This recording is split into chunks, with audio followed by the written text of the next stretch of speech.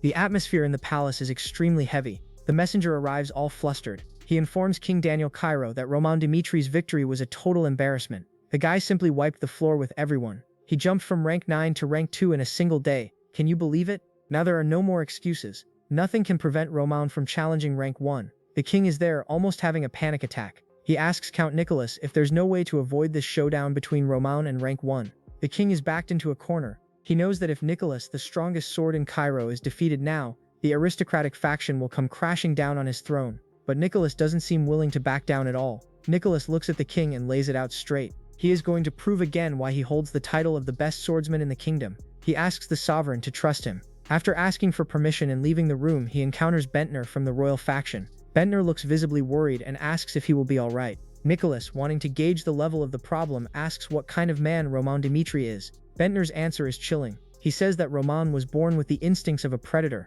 Before the world even noticed, the guy already knew exactly which path he would take. He's the kind of monster who was born with a goal in mind. The final warning is short and to the point. Please, be careful. Bentner lays it out on the table. If Nicholas falls there, it's the end of the line for Cairo's royal family. The weight is enormous. But Nicholas simply says, don't worry, as he walks, imposing, trying to protect the crown. Cut to the next day in Cairo. The hype is at its peak. Everyone is fired up, watching Roman Dimitri arrive at the arena. Just by the way the man walks, people can already feel the pressure of his aura. On the other side, Nicholas is ready, gripping the hilt of his sword and calling the protagonist to the fight. The moment everyone has been waiting for has finally arrived. Now it's time to see who really runs the server. Nicholas starts in an aggressive mode, shouting that he will show Roman the harsh truth of reality. But Roman, unfazed, only replies, I'm looking forward to it, while drawing his sinister purple sword. The judge gives the signal, and the start echoes through the arena. What happens next is pure madness. The two collide with an absurd force. It creates an explosion of energy that nearly sends the crowd in the stands flying. There is so much power involved that the ground cracks. The brightness of the blades blinds those nearby. The level of the fight is so high that even the air around seems to be suffering. The crowd cannot believe what they are seeing. The air trembles with each clash of the swords. That guy in glasses in the audience is almost having a nerdgasm. He says this is exactly the kind of fight he had been waiting for. In the middle of the hurricane, Nicholas has a maniacal smile on his face. He finds everything very interesting. Roman is also not behind and recognizes the value of his opponent, stating that he truly lives up to the title of strongest in Cairo. It's a festival of sparks and heavy blows. This makes it clear that no one there is fooling around. But Roman is about to raise the level of pressure. Roman activates a super heavy purple aura and unleashes a blow that makes Nicholas feel the weight of the world. The impact is so brutal that Nicholas is dragged backward, carving huge grooves in the arena floor. He is in shock, realizing that he is losing in raw strength. Meanwhile, Roman is there, with that look of someone having a blast. He says his blood is boiling. The guy is a combat addict, and every exchange only makes him more pumped up. Psychologically, Nicholas realizes that if he continues like this, he will be dropped in no time. The exchange of blows continues frantically, but Nicholas is starting to cough up blood. He realizes that Roman is an extremely pragmatic guy. If he wins, there will be no reason to stay on the side of the royal family. Nicholas enters a do-or-die state. Around him, orange flames flicker. He repeats to himself that he cannot lose there. No way. He knows he is the last shield of the kingdom and needs to pull a rabbit out of the hat to hold on. The protagonist now appeals to the forbidden technique. Roman senses something big is coming and goes on alert. Nicholas releases his secret art, demolition. It is a gigantic beam of golden light that seems ready to erase Roman from the map. But our protagonist is no ordinary person. He prepares his own technique, Sword of the Celestial Demon. The arena turns into a battlefield between sacred light and devastating darkness. The clash of these two forces. Squirrels create a column of energy that tears through the sky. When the dust settles, the result is jaw-dropping. Roman used part 2. In the first move, the result was a one-shot. The explosion clears everything. As the smoke dissipates, we see Nicholas all broken, bleeding, and kneeling. He incredulously wonders if he has just lost Roman. With that same cold gaze, he says, let's continue. Nicholas, not understanding anything, asks why he is going so far. Why keep hitting someone who is already down? Roman's answer shows that his pride is still alive. Nicholas rises with his last strength, shouting that, as the strongest in Cairo, even if he crumbles pathetically, his will shall not be broken. He charges forward in a final desperate effort. Roman, in a rare moment of respect, thinks, what an incredible man. But respect doesn't win fights. Roman delivered the final blow that pierced the veteran's chest. Nicholas lets out one last sigh and falls dead. It is the end of a giant who dominated an entire era. The silence in the arena is deafening. The throne of Cairo now has a new absolute owner. The crowd is in complete shock. The announcer states the obvious. With this, Roman Dimitri officially becomes rank 1 of the Kingdom of Cairo. The guy stands there fully composed with his red cape blowing in the wind, but not everyone is happy. That guy in glasses, who we found out is a potter from Valhar, admits he underestimated Roman. He says the monster exceeded all expectations, and he arrives at a sinister conclusion. Since Roman has no interest in joining Valhar, he must not be left alive. The guy is already planning the assassination of our protagonist. It seems like chaos is just beginning in the kingdom. We start in Cairo. The atmosphere in the streets is just like that, pure gossip. Everyone keeps commenting that Roman Dimitri is the brave one for having defeated Count Nicholas. The guy walks in all imposing with his subordinates, and his title is now official, the strongest swordsman in Cairo. It's total hype around our protagonist. But not everyone is there to applaud his success. Out of nowhere, the Marquis Benedict appears, the leader of the aristocratic faction, with that classic villain mustache. He arrives praising Roman's incredible skills, but, looking around, the guy brought an entire army to surround Dimitri's group. He admits he has had his eye on Roman since Nicholas was soloed. Now the Marquis wants to lay his cards on the table. Roman, with that expression of someone who is unshaken by anything, asks why the Marquis needed a year to prepare. The old man replies that now he understands everything. This time was for Roman to bloat the Dimitri family and strengthen his forces. But the straight talk comes now. Either Roman joins the aristocratic faction or things will get ugly. It's time for a choice, and the atmosphere is heavy. Benedict continues the sermon, saying it would be great if Roman chose his side. But if he decides otherwise, well, then he will have to pay the price. Roman remains in thoughtful silence while the Marquis presses for his decision. Ally or enemy? This moment reminds Roman of a very similar situation from his past. We go back in time to when Roman was still Junghyuk. A guy named Bak Royu from the Celestial Demon Cult is there, sitting on the throne giving the same ultimatum. He says Junghyuk's decision will define their relationship. He offers two options: live in fame and wealth with his brothers, or become the cult's successor. The old Junghyuk already knew what he wanted. He begins to question himself. Submission or struggle? What is better for him? What does he truly want? He walks toward the throne with the posture of someone who doesn't accept orders from anyone. He looks at his brother and already says, "Sorry, but we already know it's going to go badly." His response wasn't with words, it was with steel. The guy's expression completely changes, and he draws his sword against Baek Royo. In the middle of the flashback, his philosophy is simple and straightforward. He is incapable of living a life for others. He was born to be at the top of the food chain and not a pawn on someone else's board. Back to the present, Roman Dimitri maintains that same energy. Marquis Benedict loses his patience. He says that was a stupid decision. He sees himself as the master of reason and power. He claims that Roman can do nothing in this situation. He goes crazy and declares that Mitra's family will be considered guilty of causing a civil war in the kingdom. The old man gave the order for arrest, but forgot who he was talking to. Benedict points his finger and orders the arrest of Roma Dimitra for an investigation. However, before he even finishes speaking, blood splatters on his face. Roma didn't wait a second and already took down the first soldier that appeared. The Marquis was in shock, asking if he is really starting a rebellion against the government. Roman has a very different view of who the true rebel is here. With a sly smile, Roman tells Rael, he is not going against the king, he is going against Marquis Benedict. He boldly asks if it isn't the Marquis himself who is plotting a rebellion.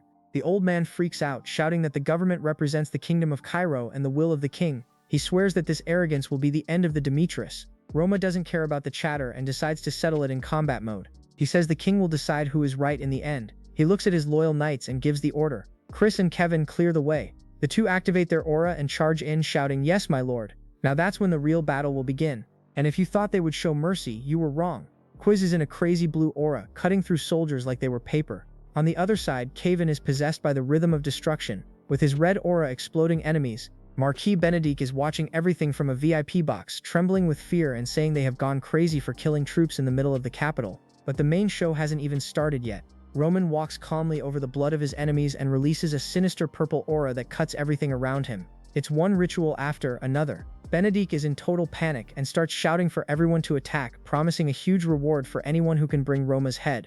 Spoiler, no one will succeed. The soldiers try to appeal to patriotism, but it doesn't work. A desperate soldier screams for them to stop, saying this is Kairos and they will not go unpunished. Roman doesn't respond with words, only with another fatal cut. He warns his men to do what needs to be done, because he will do the same. His gaze is completely focused on the mission. Thus officially begins the cleansing of the kingdom. The scene shifts to the imperial castle of the kingdom of Cairo. A messenger arrives. He informs the king that a bloody battle is raging in the capital. Roman Dimitri is committing an unilateral massacre against the aristocratic faction. King Daniel Cairo is about to have a nervous breakdown. He has his hands on his head. He cannot believe what he is hearing. A massacre in the capital. This is a rebellion.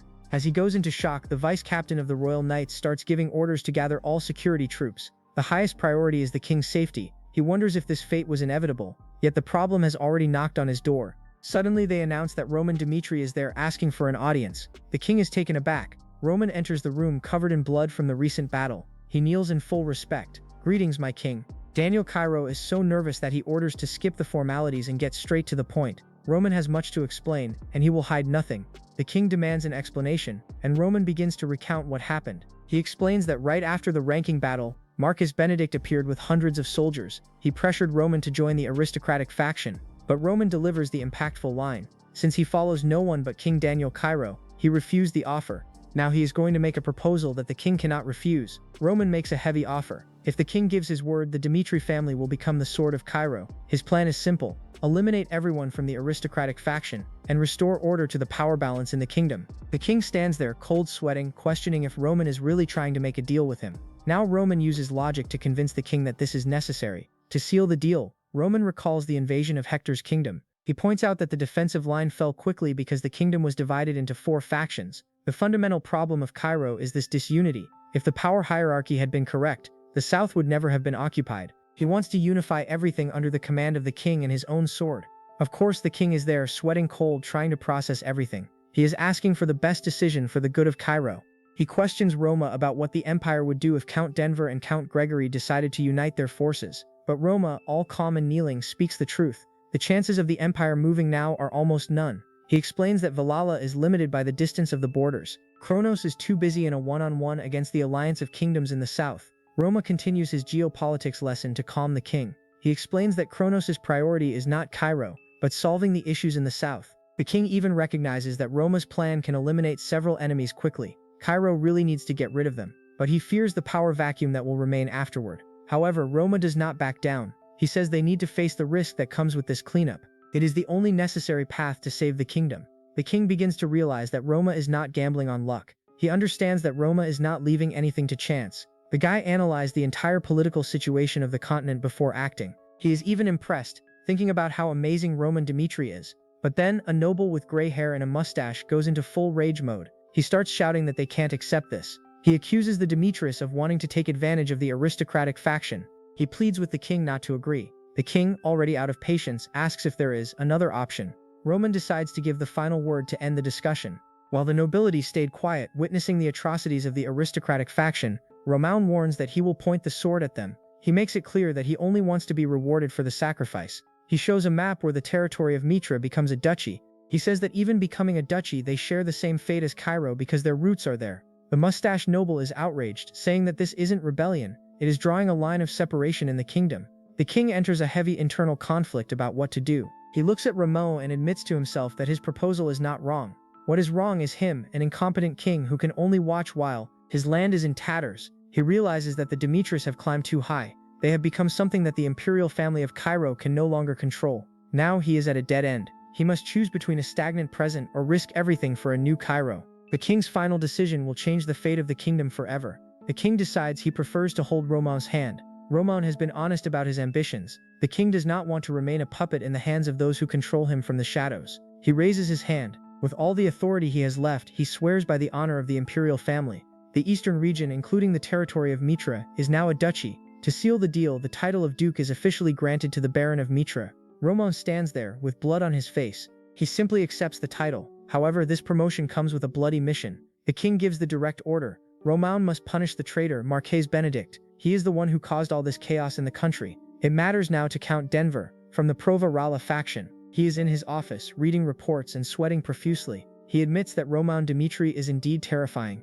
especially after he attacked Marques Benedict directly in the capital. Count Denver begins to calculate how to take advantage of the situation. Denver knows that now it is total war. The Demetrius and the aristocratic faction will not stop until one of them falls. He deduces that Roman went to the imperial palace to gain the king's support. He intends to turn this into a fight of the royal faction against the aristocrats. His plan is to let both sides kill each other. Then, he can use this opportunity to make the situation favorable for Valhalla. He thinks he will deal the final blow in politics. However, Roman is much quicker than he imagines. Suddenly, a frantic guard bursts into Denver's office, shouting that things have gone wrong. He warns that Roman Dmitri has led forces and invaded the mansion. Denver doesn't have time to react before the guard is sliced in half by a brilliant blue attack. Roman enters the room with intensity, with an aura that suggests he did not come to talk. The purification has begun. Roman arrives with royal orders in hand. He extends his hand and commands Denver to accept the imperial orders. The count is in total shock. He cannot understand why Roman appeared there, in his house, instead of going after the aristocratic faction. He did not expect to be the first target on Roman's banishment list. Denver's confidence vanished in an instant. Denver tries to use diplomacy to save himself, but the atmosphere is heavy. He attempts to stay calm and says that these imperial orders are absurd. Roman is not joking around. He gets real. Denver conspired with Beryl and stole state secrets from Cairo. Because of this, the king ordered his arrest. The warning is clear. If he tries anything funny, he will be considered an accomplice to rebellion and executed right there. Larry Temper tries a desperate move using the name of Valhalla. He slams his hand on the table and reminds everyone that he is part of the pro-Valhalla faction. He asks if Roman can handle the consequences and warns that Valhalla will not sit idly by. Free, Roman doesn't even blink. He draws his sword and tells Denver to be very careful with every word he says from now on. The tension is so thick it could be cut with a knife or Roman's sword. Roman decides to silence the count in a very direct way. He lowers his voice and orders, putting the tip of his sword directly on Denver's throat. He says that the count still hasn't understood the situation he is in. For Roman, it makes no sense to just subdue the aristocratic faction and leave other traitors loose. He is determined to clean the Cairo server completely. Roman reveals that the cleaning plan is much bigger than it seems. He warns that he will root out all the traitors, including those who follow Valhalla. Kronos promises Denver that his life will get interesting from now on. Meanwhile, elsewhere, Count Gregory from the pro-Kronos faction is surrounded by guards, shouting that they will regret messing with him. He tries to use the fear of the Kronos Empire to save himself. Captain Simon enters the scene to show that the king is no longer joking around. Listen, Captain of the Royal Knights. Simon stares at Gregory without fear. Gregory continues barking that Kronos will send troops to invade Cairo if anything happens to him. Simon even agrees that Kronos is eager to conquer the continent, but says that now that the king has made a decision, Cairo will not back down anymore. Gregory realizes that his diplomatic tantrum has failed. Simon decides to end the conversation in the most definitive way possible. He tells Gregory to shut up. He says it is now live or die. He brings down the sword with all his might, eliminating the traitor. He warns that if Kronos crosses the border, he himself will hang Gregory's head on the walls. He strictly follows what Roman said, eliminate all variables. Meanwhile, in Benedict's territory, the Marquis walks in haste. Already knowing that the Demetrius have united with the king, Marquis Benedict begins to mobilize his counterattack. He already knew the day to usurp the throne would come. He just didn't expect it to be so sudden. He believes that if he gathers the majority of the aristocratic faction's forces, he can take Cairo without problems. He recognizes that Roma grew strong after defeating Count Nicholas, but he thinks things won't be so easy for the protagonist. He orders all allies to send their forces to the capital immediately, but Benedict receives news that was not in the plans. A guard arrives to inform Benedict with bombshell news. Count Fabius responded that he will not come. The Marquis is outraged, asking where the guy has been.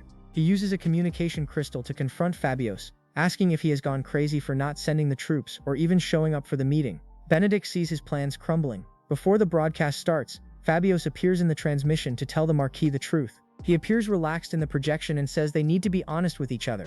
He gets straight to the point. He is betting that Roma Dimitri will win this fight. He warns that he is not the fool who always did what Benedict commanded. When the Marquis asks if he will regret it, Fabius just replies, "Regret my ass." Fabius explains why he decided to switch sides now. To wrap up, he admits that if he is wrong, his days are numbered. He may have started as a traitor, but now he intends to do everything he can for the good of Roma. He asks Benedict if he hasn't heard the rumors about how well Roma takes care of his own people. The guy realized that the meta changed and decided to stick with the strongest player in the server. The civil war in Cairo has reached boiling point. Who will survive this purge? In the court meeting hall, the atmosphere is one of pure reflection. The king remembers that, just a few days ago, Paulo and other families from the enemy faction decided to jump the wall. They switched sides to join him. The king admits to himself that even if he hadn't accepted the pomegranate's offer, these aristocrats would have staged a coup on their own. But now the meta has changed. This war is being led by Roman Dimitri. The guy points to the map and speaks the truth. If the aristocrats had managed to gather the army, they would have rushed the capital without hesitation. But now, with the siege tightening, they have been forced to play defensively. Roman is confident. He warns that now that the factions have mobilized everything they had, it's the perfect chance to wipe out the rebel forces all at once. The king now needs to decide if he will give the captain's position to our protagonist. The king wastes no time and declares that the royal family will provide full support for Roman. He makes it clear, any order given by Roman must be treated as if it were the king's own will. It's the maximum buff of authority. He officially appoints Roman Dimitri as the supreme commander of this war. Roman, all imposing, accepts the mission with a "I hear and obey."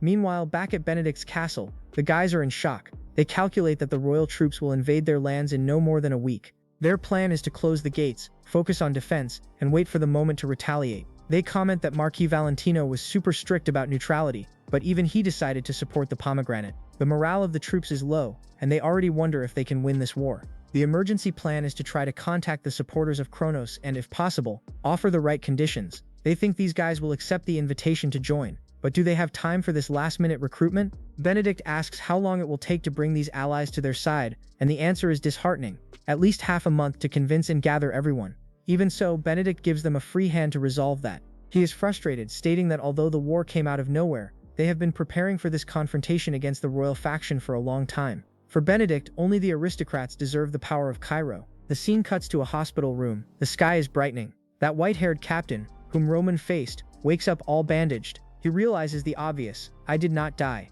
He is spitting blood and feels the pain, but he notices that Roman Dimitri did not actually intend to kill him. The wounds seem serious, but they are only external. He remembers the absurd blow he took, where Roman looked like a fire deity destroying everything. Even though he is all broken, the captain wants to know what is happening outside. In the captain's memory, Roman told him not to worry about the consequences. Roman had no intention of betraying Cairo. Back to the present, the captain understands that his priority now is to know how the situation is. That's when Simone, that mustache subordinate, bursts into the room shouting, "The captain!" The guy is almost crying with relief because he thought the chief was done for. The captain ignores the drama and tells Simone to fill him in on what happened while he was unconscious. Simone explains that the troops are already heading to the front, and that full command of the army has been handed over to Roman Dimitri. The plan is simple: crush Benedict's faction. Hearing this, the captain does not want to miss out on the PvP. He tells Simone to take him to the place where the troops are currently gathering. He needs to see with his own eyes the army Roman assembled. The captain is determined. He feels he needs to be there no matter what. And look at the size of this event. Roman appears walking toward a gigantic army, lined up in front of the castle. Roman has that protagonist aura, and who comes to welcome him is Count Nicholas himself, the pillar of military power. The guy personally hands the sword into Roman's hands. He is even surprised by his sincerity. Even with the entire government in chaos, these guys haven't lost their composure and respect. It is the highest recognition. The King of Cairo and Count Nicholas are betting everything on the kid. With the sword in hand, it's time for Roman to give that speech to rally the troops. Roman starts the speech by being real. Cairo has been through terrible times, but now it's time to punish the rebels. He acknowledges the pain of having to fight against his own countrymen. This will be hard to forget, but he promises that when the war is over, peace will return to the kingdom. To instill total confidence, he makes an elite promise. In this war, I will always be on the front line. He asks everyone to trust him and march towards victory. The result? The crowd goes wild. The entire army starts shouting his name, Roman, Roman, and thus begins the battle that will decide the fate of the whole kingdom. The hype is through the roof, and the march has started. The siege of the enemy castle begins. But the opponent has an overwhelming defense. Roman knows that speed is key. The longer they take in the siege, the more chances the aristocrats have to react. Therefore, he orders to forget about building slow fortifications and commands an immediate attack. Up at Benedict's castle, the garrison captain Cameron is observing everything. He sees that Roman's army is using signal flares but remains calm. He trusts the powerful magical shield that protects the castle. It can withstand dozens of signaling bombs. Moreover, if the shield weakens, it can just be fed with mana stones, and it regenerates instantly. But then Cameron sees something that doesn't make sense and asks, what the hell are they doing? A group of figures in red cloaks appears in front of the catapults. They are the wizards. Group 1 and Group 2 are already ready to conjure. Roman has brought nothing less than a magical tower to his side. Now it's about to get real because they are not ordinary wizards. Roman makes it clear that the task of crushing the rebels is in the hands of the Phoenix Tower. Their leader, Felix, appears all imposing. He tells his disciples that this is the chance to repay Lord Roman's mercy. Felix wants to show the enemy why his tower is the 13th strongest in the entire continent. They activate an amplification technology that makes their power surpass any ordinary signal flare. It's a maximum level fire attribute enhancement spell. A giant magic circle glows at the tip of the catapult, and suddenly, a colossal beam of light and fire is fired. It's a fatal attack with critical damage. The magical shield of the castle will have to prove if it can withstand this hit. The impact is bizarre. The fire beam explodes against the magical shield of the castle. A shockwave makes everything tremble. Captain Cameron completely panics when his subordinates warn him that the strength of the first protection circle is dropping too fast. If it continues like this, they won't last long. Cameron is disheartened. Wizards of magical towers are usually neutral and do not get involved in kingdom wars. He cannot understand why they are participating in this fight, much less how they can possess such absurd power. The defense, which was supposed to be impenetrable, is turning to paper in front of the firepower of Roma. Cameron makes one last effort, but the truth about the loyalty of the wizards is going to destroy him. Cameron orders the emergency protocol, instructing them to spend all the mana stones to prevent the defense from falling.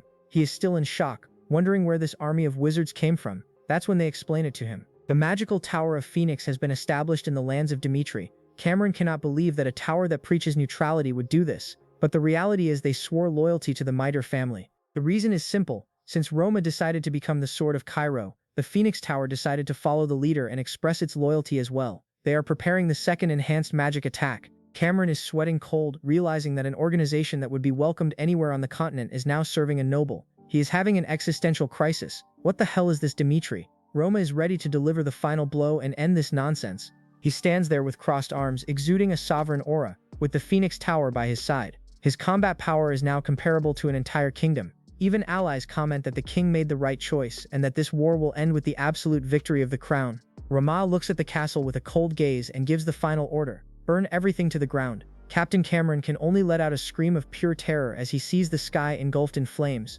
Once again, the narrator sets the scene. The sky has not abandoned Cairo. It sent Roman. Benedict's faction is finished. But how will the rest of the continent react to the emergence of this new monster? The sun is setting. A feeling of defeat hangs in the air. As soldiers from both sides try to rest amid cries for help, the high command is in an emergency meeting. It is pure desperation. They know time is running out and face the reality. If the enemy continues to attack this way, they won't last even 10 more days. Morale is at an all-time low. The burning question remains, is this really their limit? They receive news that the forces of the aristocratic faction have already reached the entrance to the northeast region. But amidst this chaos, some believe there is still a chance to change the game. With a used strategy, Marquis Benedict, with that calculating look, asks what the odds are that Dimitri's strategy will fail. Baron Winston is exuding confidence, assuring that success is certain. He is the commander, the pride of the faction. The blonde next to him is already hyping it up. They can win in just 3 days. The plan has a name and surname: deception and attack. They do not want to just fight. They want to outsmart destiny. For this, Benedict will put all his chips on a single player. He decides they can no longer depend solely on the Imperial faction. He hands over the baton, or rather total power, to Baron Winston. He wants to see victory and accepts nothing less. On the map, the strategy begins to take shape. If they advance a bit more, they will reach Count Adalian's lands. The problem is that according to the main force's calculations, they are still at least 10 days away from the objective. However, Winston does not intend to take the longer route. He knows that if he goes straight for Dimitri, time will be the greatest enemy. He wants to avoid pointless fights that only wear down the army's build. His call is simple: take the shortest path, crossing 3 specific territories: Adrian, Rollo, and Conhard. The trump card, according to him, is that these guys are not exactly fans of the Dimitri clan. This makes it easier to advance without spending mana in combat. He already has the psychological profile of each of these lords at his fingertips. The Baron explains that Adalian is a trading city. They will try to remain neutral, not wanting trouble with the central government. As for Baron Rollo and the Viscount with Hard, they have a historical grudge against the Dimitri family. Then Winston gives the order: contact these 3. If they clear the way and let the troops pass peacefully, they will be rewarded with generous loot. It didn't take long for this tempting proposal to take effect. Just 1 hour later, the 3 territories accepted the proposal and opened up to the aristocratic faction. With the path cleared, the troops begin to move in the dead of night. But not everyone is relaxed. One of the soldiers asks Winston if he really trusts these folks from the northeast. After all, the scent of traps is strong in the air and any slip could be fatal. But the Baron believes he has total control of the situation. Winston is unconcerned about the possibility of a trap. In his mind, the Dimitri elite is too busy being surrounded by Benedict, so only the leftovers and troublemakers are left to guard the border. He completely dismisses it, asking if anyone truly thinks these guys could defeat the elite of the aristocratic faction. For him, it's impossible. With the ground open like this, he swears that any resistance can be crushed by brute force. But the wind begins to blow differently, and reality knocks at the door. Suddenly, the atmosphere changes. One of the soldiers realizes that the enemy knows everything. Winston is in shock when he sees a line of fire rising on the horizon. All that confidence that the people on the Western Front were easy pickings goes down the drain in an instant. They are not alone in the darkness. What seemed to be a clear path has turned into a battlefield illuminated by enemy torches. And who shows up to welcome them is not joking around. Commander Jonathan arrives dramatically, riding his horse and shouting for everyone to hear. The faction of Marquis Benedict is made up of traitors. He orders Winston to retreat now or be accused of rebellion. Winston, of course, does not accept the label and screams back that the Marquis is not a traitor. He even tries to act crazy and offer a deal, trying to win in words what he didn't guarantee in strategy. But Jonathan didn't come to negotiate. He came with heavy support. Winston loses his patience and delivers the ultimatum. Either they let them pass peacefully and receive the generosity of the Marquis, or everyone there will meet the cemetery sooner. He draws his sword, exuding a sinister yellow aura, ready to rush in. But he didn't notice that, in the shadows behind Jonathan, there is a hooded guy waiting for the signal to cause chaos. It's time to see what a real mage can do. Jonathan simply gives the order, "Sir Knox, please," and then all hell breaks loose. The guy is simply the mage of 5 in the circle. Knox clasps his hands and begins to concentrate an absurd amount of mana. The magic circle shines on the ground with insane intensity. The name of the skill is Fire Cannon. It's the type of attack that leaves no stone unturned. It promises to clear the map of anyone in its path. Winston thought he would face troublemakers but received a magical bombardment. The fire cannon lives up to its name. It becomes a true giant flamethrower that engulfs Winston's troops. It's a light show, but the kind that hurts. The soldiers of the aristocratic faction can only scream as they are obliterated by the heat. The impact is so strong that their formation turns to dust in the blink of an eye. Knox's fire meta is simply broken, and if you thought the fire was the worst, just wait for the cavalry to arrive. Jonathan takes advantage of the fire stand and orders a total assault. The cavalry tramples what remains. Blood begins to splatter everywhere. Winston is there, watching his army being obliterated, and cannot believe what he sees. He has never faced a troop this strong on the Western Front. The penny drops. He underestimated the power level of these guys far too much. Now it's Winston who is in Jonathan's sights. Jonathan charges in like the blue aura and executes the sword technique Chura. Winston descends into total despair. He doesn't understand how a knight from a remote area can have such power. He tries to process the defeat, but there's no time to finish the sentence. The cut is precise, lethal, and ends the Baron's career right there. A week later, the news of this disaster reaches the ears of those who started it. All of this cuts to a week later. In Benedict's castle, the setting is pure despair. The walls are collapsing under attack. The Marquis is losing his mind. He shouts to restore everything quickly. He is enraged because Baron Winston has vanished and sent no message. When an officer finally appears with news, his expression already reveals that what follows is only tragedy. The news is the final nail in the coffin for Benedict. The officer states the reality. The army that attacked Dimitri was decimated. Baron Winston died in battle. Benedict turns pale, speechless. His castle could fall at any moment. The hope for reinforcements from the Imperial faction is also gone, as they have lost contact with them. The atmosphere at the meeting table is overall dreadful. Some are already beginning to consider that opening the gates and surrendering is the only means of survival left. But surrender may not be what they imagine. The blonde bangs on the table, outraged by the idea of surrendering. For him it makes no sense, as Roman Dimitri has already wiped the floor with everyone who opposed him. He suggests a risky move. Instead of surrendering to Cairo, why not unite directly with the Kronos Empire? Benedict is confused, but the idea of jumping off Cairo's sinking ship and trying his luck with the big players begins to seem tempting. It's all or nothing. Benedict decides to make the call. The argument is that to avoid death, it's worth even becoming the Empire's colony. Benedict pauses for a moment, processing the humiliation, but soon he makes his decision. He contacts Kronos. Now he wants to conduct the negotiations personally. He knows he is selling his soul, but between dying at Roma's hands and servitude to the Empire, he chose the path of total betrayal. But is the Empire interested in a loser? Baron Sharkton from the Kronos Empire appears in the hologram with an air of superiority. He questions why he would need Benedict as they cooperate with other nobles. Benedict lays it out. The royal family of Cairo has started a purge, and the Empire's allies have been imprisoned. He argues that for the Empire it doesn't change anything who is in charge, as long as the work gets done. Sharkton finds the audacity interesting and decides to hear the proposal. Benedict's request is the mercy blow. Against his own kingdom, he wants Kronos to attack the eastern front of Cairo immediately. The Empire does not waste time. In just 12 hours after accepting the offer, 2 out of 3 front lines have been breached. King Daniel Cairo is in a total state of shock. He looks at the hologram and cannot believe that Marquis Benedict, the guy he used to call uncle, is the one who pushed the entire kingdom into the abyss. The atmosphere is extremely heavy. Benedict not only betrayed his trust but also placed Cairo on the brink of total destruction. The king is there brooding over this pain while watching the map of his domain being threatened by someone he considered family. But the time for lamenting is over. The strategy now is a matter of survival. The king examines the pathetic map and sees that the situation is critical. If he cancels the attack on Benedict's castle and moves the troops to defend the western front, the kingdom of Cairo might survive for now. However, there is a problem. If he does that, the faction of aristocrats will become even bolder, hiding behind the Kronos Empire to continue the coup. He knows he cannot let these guys go unpunished, so he calls Simon to make a decision that will change the course of the war. The king's choice will show whether he is a coward or a true leader. Daniel Cairo speaks plainly. He accepts being remembered as a weak and incapable king. However, he refuses to go down in history as a traitor to his own homeland. He will not be lenient with the aristocrats. With his eyes gleaming with fury, he orders Simon to contact Roman Dimitri immediately. It's the king's Halloween, betting everything on the protagonist to solve this widespread mess. Roman appears on the hologram, ready to hear the plan. The call is on and the king explains the situation to Roman. Benedict has forged an alliance with the Kronos Empire, and the second line of the Western Front has already fallen. It's only a matter of time before the third line is eliminated too. The king admits that eliminating the aristocrats is a priority, but he cannot let the Empire's army do whatever they want within Cairo. The atmosphere is one of every man for himself. If nothing is done now, Roman does not seem intimidated by this chaotic scenario at all.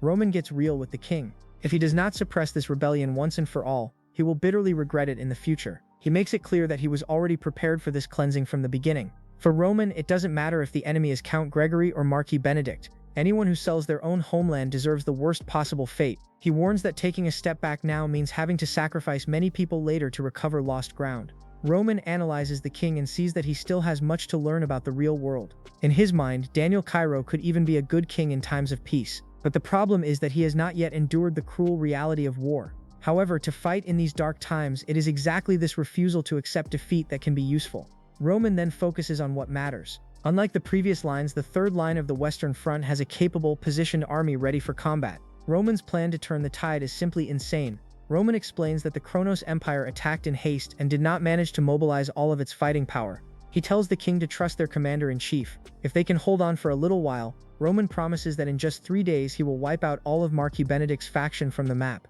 It's too short a deadline, but Roman speaks with the confidence of someone who already knows the plan will succeed. The king is impressed by the audacity but accepts the challenge. The king agrees. 3 days at any cost. We will punish all rebels with royal permission. Roman starts the rush. He moves his troops during the night, taking advantage of the moment when the aristocrats' faction let their guard down thinking they were safe. They block the return road from Benedict's castle, surrounding the traitors without them realizing the noose is tightening.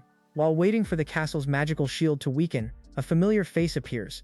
Romain is there, observing the fortress and waiting for the magical shield to reach its limit. He warns that tomorrow will be the final blow. It is at this moment that Fabio disappears, walking with determination and asking to stay on the front line. He wants to be the first to attack, showing that he is not there just to watch but to get his hands bloody for the new master. Fabio has a very strong reason to want to prove his worth now. Fabio lays it all on the line. He realized that Roman is the type who rewards those who truly deserve it. He confesses that he was part of the faction of the aristocrats, but when he received the order for the collection, which we know was wrong, he refused to follow. He decided that the best path was to follow Roman. He saw in the protagonist a leader worth fighting for. Unlike the traitors of the kingdom, he begs for a chance to prove that his loyalty is real. Roman looks at Fabius and sees a bizarre resemblance to someone from his past. He begins to remember his old generals. The blood demon was pure devotion. The crazy demon just wanted to stay there. But the two-faced demon, he changed masters 3 times before becoming one of the 4 celestial kings. He was an eccentric old man, but he had his value on the battlefield. This memory gives Roman a chance for Fabius. Roman remembers that old ally fought until the end and stood by the supreme winner. Then, he looks at Fabius and tells him to stop with the fake smile, because he doesn't need that. The talk is straightforward. If Fabius proves he is useful in this war, Roman will overlook his past as an aristocrat. It is the golden chance for Fabius to clear his name and rise in Roman's hierarchy. Roman already assigns him to the most dangerous mission of all. Roman points his finger and decrees, "In this war you, Fabius, will be on the front lines." The guy accepts the title of traitor from the faction of aristocrats with pride and swears he will fight with his life at stake. He has a sinister aura, ready to show the old allies the mistake they made by challenging Roman Dmitri. The next day, chaos truly begins. The day breaks and the soldiers of the faction of aristocrats think they own the world. Knowing that Kronos' empire is supporting them, their morale is sky high and they are full of pride on the walls. Little do they know that Roman's little gift is already arriving. Someone walks towards the gate saying it's time to repay the faith that his lord has placed in him. And this someone is about to unleash an absurd daily squirrel. The Magoloro prepares and summons the secret weapon of the magical Phoenix Tower. A gigantic aura of fire begins to form, creating the figure of a colossal fire dragon behind him. He activates the burns. The ground begins to glow with magical circles of destruction. The power is so great that the heat can be felt from afar, preparing the ground for a mass ritual. The soldiers on the wall fall into total despair. The soldiers up there understand nothing. They start shouting, "What the hell is that? Look over there." Before they can react, the mage activates the second part of the combo, Fairy Rain. The sky lights up with a rain of fire that looks like the end of the world. It's a build of pure magical damage that gives no chance for defense to those who thought they were the heroes here. Flames begin to fall, and the destruction is immediate. Fire is everywhere. The soldiers shout desperately to run and activate the shield, but it does nothing. The rain of fire is so intense that the castle's magical shield simply shatters like glass. The warning echoes. The magical shield has been broken. A gigantic explosion consumes everything, turning the defense of the aristocrats into a true barbecue. With the barrier destroyed, the way is clear for the ground attack. The blonde mage watches the destruction with a victorious smile as the flames finish bringing down the castle wall, opening a huge hole in the enemy's defense. It's the signal that Fabios needed. He appears with a psychopathic expression, shouting at the top of his lungs, "All soldiers, follow me. The time for revenge has come, and I will show no mercy to anyone." The cavalry advances like a steamroller. Fabios leads the charge, mounted on his horse, shouting for his men to spare none of those evil rebels. He tears through the enemy lines, yelling "Die!" as he pierces the aristocrat soldiers with his spear. Blood flies everywhere, and chaos reigns. The rebels who were confident are now being defeated one by one by the fury of the Roman army. Fabios uses the movement skill to finish the fight. To top it all off, Fabios activates the acceleration skill, moving at a bizarre speed that leaves a blue trail behind. He takes on the dangerous task that anyone else would try to avoid, risking his own life amidst the combat. He proves that his value to Roman Dmitri is not insignificant. He finishes an enemy with a precise top-down strike. He nails his loyalty on the battlefield. He has decided to put his own life on the line. In the front line, he leaves a trail of blood in his wake, but even the bravest reach their limit. Now the stage is set for the true legend to appear. Marquez Bigode falls to his knees, exhausted and breathless, after fulfilling his role in that war. He lets out a heavy sigh. He passes the baton, and from now on, it is the Dmitri family's turn to act. That's when the hype escalates to another level. Roman Dmitri emerges on the battlefield, emanating a sinister and powerful purple aura that makes the ground tremble. The enemies fall into total despair. They start shouting that the demon from Cairo has appeared. They order to kill him by any means necessary, because the danger is now different. However, Roman does not seem worried at all by the threats. On the contrary, Roman gives that sideways smile when called a demon. He admits that he likes the nickname as he begins the massacre. The guy is so overpowered that the enemy soldiers do not even react. One of the green-caped commanders is in complete shock, sweating cold as he sees his men being swept away. He screams, desperate, that Roman is the very embodiment of the demon. In moments, the scene turns into an open-air cemetery. Roman stands there surrounded by a pile of bodies and puddles of blood, acting like an unbelievable monster that no one can withstand. While the massacre unfolds on the field, the news of the disaster reaches the ears of those who planned all of this. The call is chaotic on the villain's side. Through a magical communication crystal, the news arrives like a bomb. Things are going from bad to worse. Roman's allied troops have broken through the castle walls, and the defensive magic has exhausted itself. The traitorous aristocrats are gathered around a round table in a luxurious hall, but the atmosphere is pure burial. They discover that the soldiers sent by each of their families have been simply eliminated by Roman Dmitri. The panic is so great that one of the nobles with green hair, he goes into shock, without even being able to finish the cry for help. It is in this moment of weakness that a familiar voice interrupts the transmission to deliver the ultimatum. Roman Dmitri takes control of the communication, holding the crystal while his aura shines intensely. He asks if they can hear him well. Then he directs the message straight to the Marquis Benedict and the other traitors. The talk is straightforward, no curves. He warns them that they have no chance of survival. Roman tells them to fight until the bitter end. Mercy is far from here. He makes it clear that even if they kneel, cut their foreheads on the ground, and cry until their throats close, nothing will change. He will punish each of them and even their next 3 generations for betraying the homeland. The message has been sent. The expression on the traitors' faces shows they understand that the end is near. Marquis Benedict, with his graying hair and a face filled with pure hate mixed with fear, remains in absolute silence, processing the threat. The image of Roman Dmitri appears intimidatingly, with eyes shining in a penetrating shade of purple that seems to pierce the soul of the traitor. He concludes the transmission with a short sentence that freezes the blood of anyone. "Wait, we will meet very soon." The story goes back 10 years in time to show that the kingdom of Cairo was already in total disarray. The king at the time was utterly incompetent. He refused to fight against the empire, fearing for the lives of the people. Young Marquis Benedict, seeing all this passivity, tried to warn that the king would not go deep this way, but the king simply told him to go away. To worsen the situation, Benedict's sister, who was the queen, passed away due to an illness. The talk at the funeral was that if she had been in the empire, the advanced medicines there would have saved her life. It was at that moment that a dark thought arose in Benedict's mind. Cairo would not survive if it continued at this slow pace. With mourning turning into hatred, Benedict decides it is time to change the kingdom's course by force. Tired of waiting for the goodwill of the royal family, Benedict decides they will build their own power to put Cairo on the right path. He summoned the nobles, and thus the famous noble faction was born. However, as the years went by, the initial focus on saving the kingdom was lost. Benedict started to focus only on stealing the throne for himself. Cut to the present, his plan experienced a hard reset. He is there desperate, wondering where everything went wrong. How did he end up in this deplorable situation? Busy Roma, Dmitri, the guy simply obliterated all of the Marquis' control plans. He turned his dream into nothing, with no way out. With the siege closing in, the Marquis attempts a last escape plan. Desperate, Benedict realizes that if he stays there, it's game over. He decides that the only option is to get out, hide, and ask the Kronos Empire for help to try to turn the tide.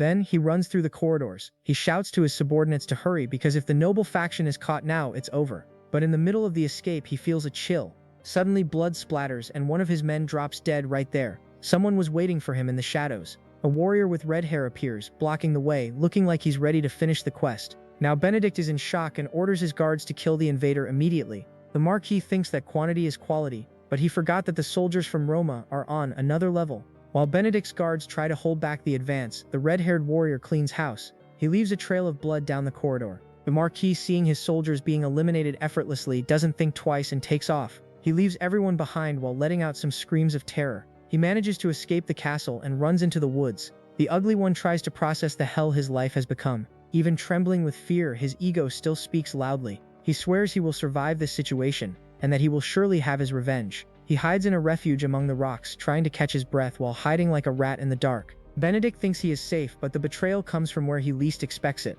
Outside, you can hear the soldiers searching for him. They shout that there's no way he escaped. Benedict is there, curled up, shaking more than a green twig. He is dead scared, thinking that the throne of Cairo was right there in front of him. But everything went to waste because of Romain and his group. He keeps brooding over the insult he received today. He promises revenge again. Then a voice suddenly appears, calling his name, Elvisconde Owen. Benedict is taken aback, but Owen arrives, getting straight to the point. He asks if the Marquis didn't feel anything strange while fleeing, because in reality it was impossible for them to escape from the very beginning. Owen realizes that the leader he was following has turned into a miserable shadow, and that the true predator has just arrived. Owen looks at Benedict with deep disdain. He says he followed him because he trusted him as a leader, but now he is just miserable. Before the conversation can continue, the atmosphere becomes unbearably heavy. A quick and violent cut occurs, and Owen is silenced. Benedict goes into total panic, covering his mouth to avoid screaming as he sees the shadow of death approaching. A hand touches the rock. The cold voice of Ramon Dimitri echoes through the hideout. "Get out!" The protagonist appears at the cave entrance with that look of someone who has already predicted all the enemy's moves. There is nowhere left to run. The final boss has come to collect debts. The Marquis is dragged back into the light, but not as a king, rather as a traitor. Benedict has been paraded through the streets, escorted like an ordinary criminal. The people do not forgive and begin to scream insults at him. They call him a son of a bitch and shout for him to die for fleeing alone and abandoning everyone. He is thrown to his knees in front of Ramon Dimitri, who stares down at him with absurd authority. The Marquis, in a final burst of arrogance, starts shouting that this is not fair. He tries to justify his betrayals, saying he sacrificed everything for the kingdom. He claims he was the only one who defended Cairo from destruction when the incompetent king took power. He questions Ramon, asking if he could truly serve a king like that with all his heart. Benedict tries to use logic to save himself, but Ramon has a much sharper worldview. Benedict continues his outburst, stating that the Kronos Empire always crossed the borders because Cairo was full of traitors. He asks Ramon if he is wrong for wanting to change this. Ramon listens to everything in silence and surprisingly says he does not blame his decision. He admits that maybe Cairo survived Kronos' subjugation because of the actions of the noble faction. But then comes the heavy counterattack. Rome tells him to look at the results. Nothing has changed in power. Benedict's actions were not for the kingdom's safety. They were for his own ego disguised as a greater purpose. The Marquis is left speechless, realizing that his savior mask has fallen to the ground. Without arguments and without honor, Benedict resorts to a coward's last resort, pleading. Roman gives the final lesson, saying it is not shameful to bow to save the weak. But Benedict should have thought carefully about what he was throwing away. Seeing that death is knocking at the door, the Marquis asks for the rest of the dignity he had. He begins to beg for forgiveness. He screams that he is willing to serve the Dimitri family from now on. But Rome does not give second chances to snakes. With a cold look, he says it is too late. He draws his sword and strikes with a blow laden with purple mana that cuts through the air. The villain's fate is the end of the giant of Cairo, who was once called the strongest power in the kingdom. The blow was so strong that nothing remained but dust and regret. A traitor duly eliminated. The news reaches the royal palace, but a new threat is already on the radar. In the royal palace of Cairo, the messenger arrives at full speed, announcing that they have won and that Roman Dimitri has already beheaded Marquis Benedict. The king is thrilled, celebrating that Roman really achieved the feat. But the festive mood doesn't last long. The king quickly changes his expression and warns that now is not the time to celebrate. The movements of the Kronos Empire are very strange and suspicious. He orders them to tell Rome that he will receive the greatest reward possible later, but that now he needs to go straight to the Western Front. The game does not stop, and the next level promises to be a battle of imperial scale. The stop now is at the third line of defense on the Western Front. The atmosphere is heavy. Through a communication crystal comes the straight talk. By order of the king, if they hold the line for 3 more days, the rebellion will be crushed. And best of all, Roman Dmitri is coming here right after. Amid all this tension, we see Flora with a very focused look. She hears that her predictions were right. But who is this girl predicting the steps of the monster Dmitri? Flora is no ordinary person. She is a well-known figure on the Western Front. After she had a conversation with Roman back then, she left Florence and enrolled in the Royal Academy. She completely focused on studying tactics. She volunteered as a staff officer. The result? She became the first woman to hold that position in Cairo. At first, people were surprised and there was some prejudice, but she proved she has a top-notch strategy and started being recognized for her incredible abilities. Now at the strategy table, her plan is about to be put to the test. In the war room, Baron Noel, who is the chief of staff, is in total despair. He throws pieces on the map and gets real. It is practically impossible to end the Count's rebellion in 3 days. For him, they have to prepare for a long-term war. Even if they win, using the warp gates to travel will take at least 2 days. Command thinks the calculation does not add up, but Flora has other plans. The commander of the Western Front, Count Vandenberg, crosses his arms and agrees with the pessimism. He thinks that in the worst-case scenario, they won't even be able to stop this rebellion. That's when Flora, sitting at the end of the table, decides to intervene. She says, "I have a different opinion," which leaves everyone in shock. She trusts Roman more than anyone there.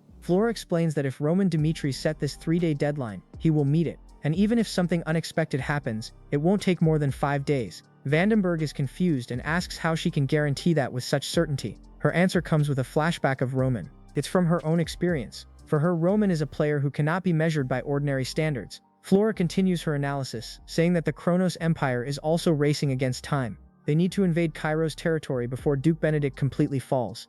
According to her, there is now only one method for them to achieve what they want, and this method involves Kronos' greatest asset, magic. She points to the map showing the pattern. Kronos' attack is obvious when it's just a warning.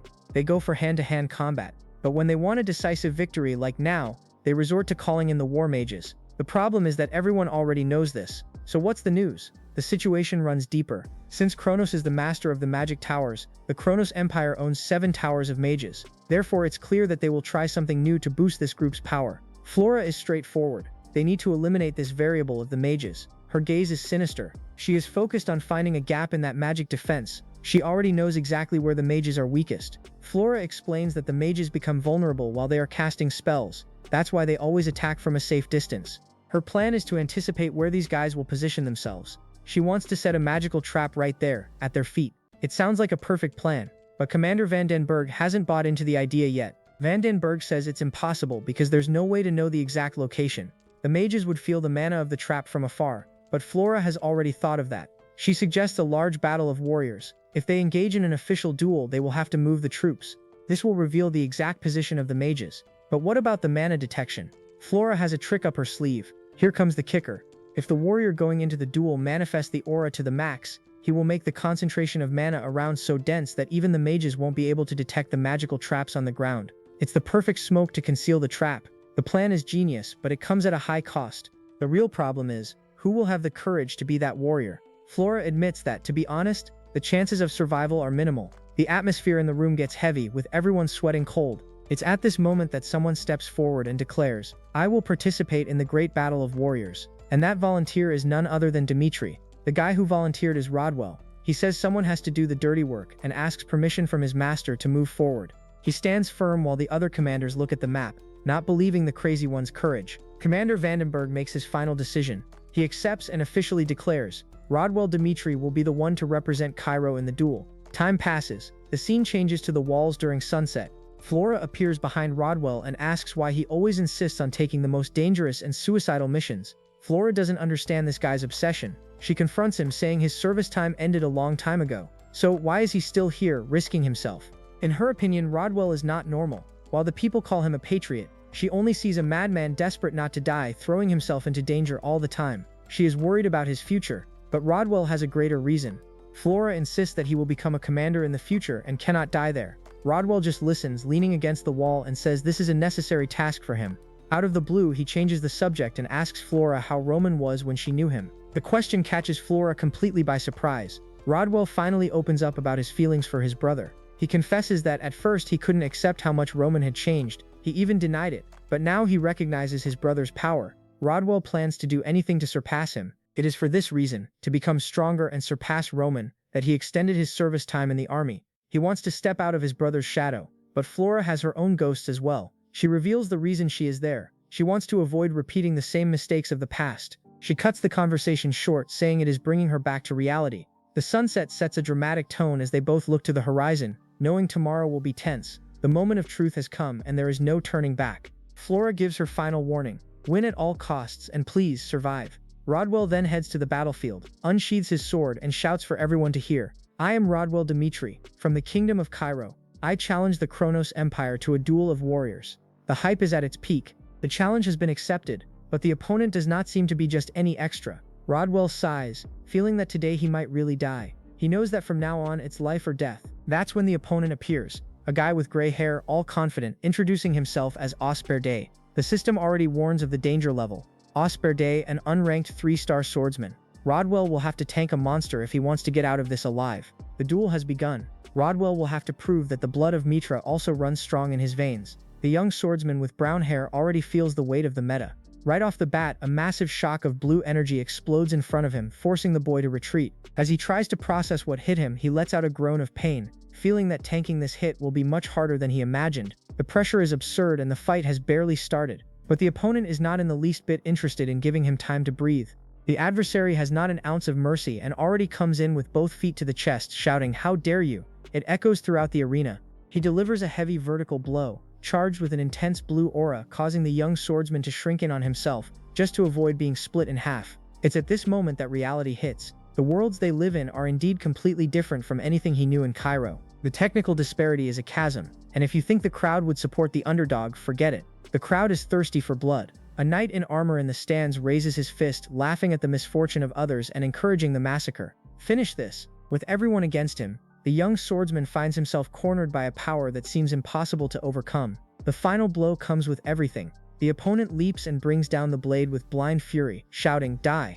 It seems to seal the fate of the fight. The young swordsman crosses his sword above his head, desperately trying to block the impact. He cuts through the air and the flesh of his enemies with surgical precision, leaving a trail of blood in his wake. One of the adversaries is struck full on, without even having time to understand how he was defeated so quickly. It's a total blitz. He charges like a tractor, ignoring any attempts at defense and knocking soldiers down one by one. The guys are being crushed mercilessly, falling to the ground while blood spurts, proving that when he goes into offensive mode, no one can tank the hit.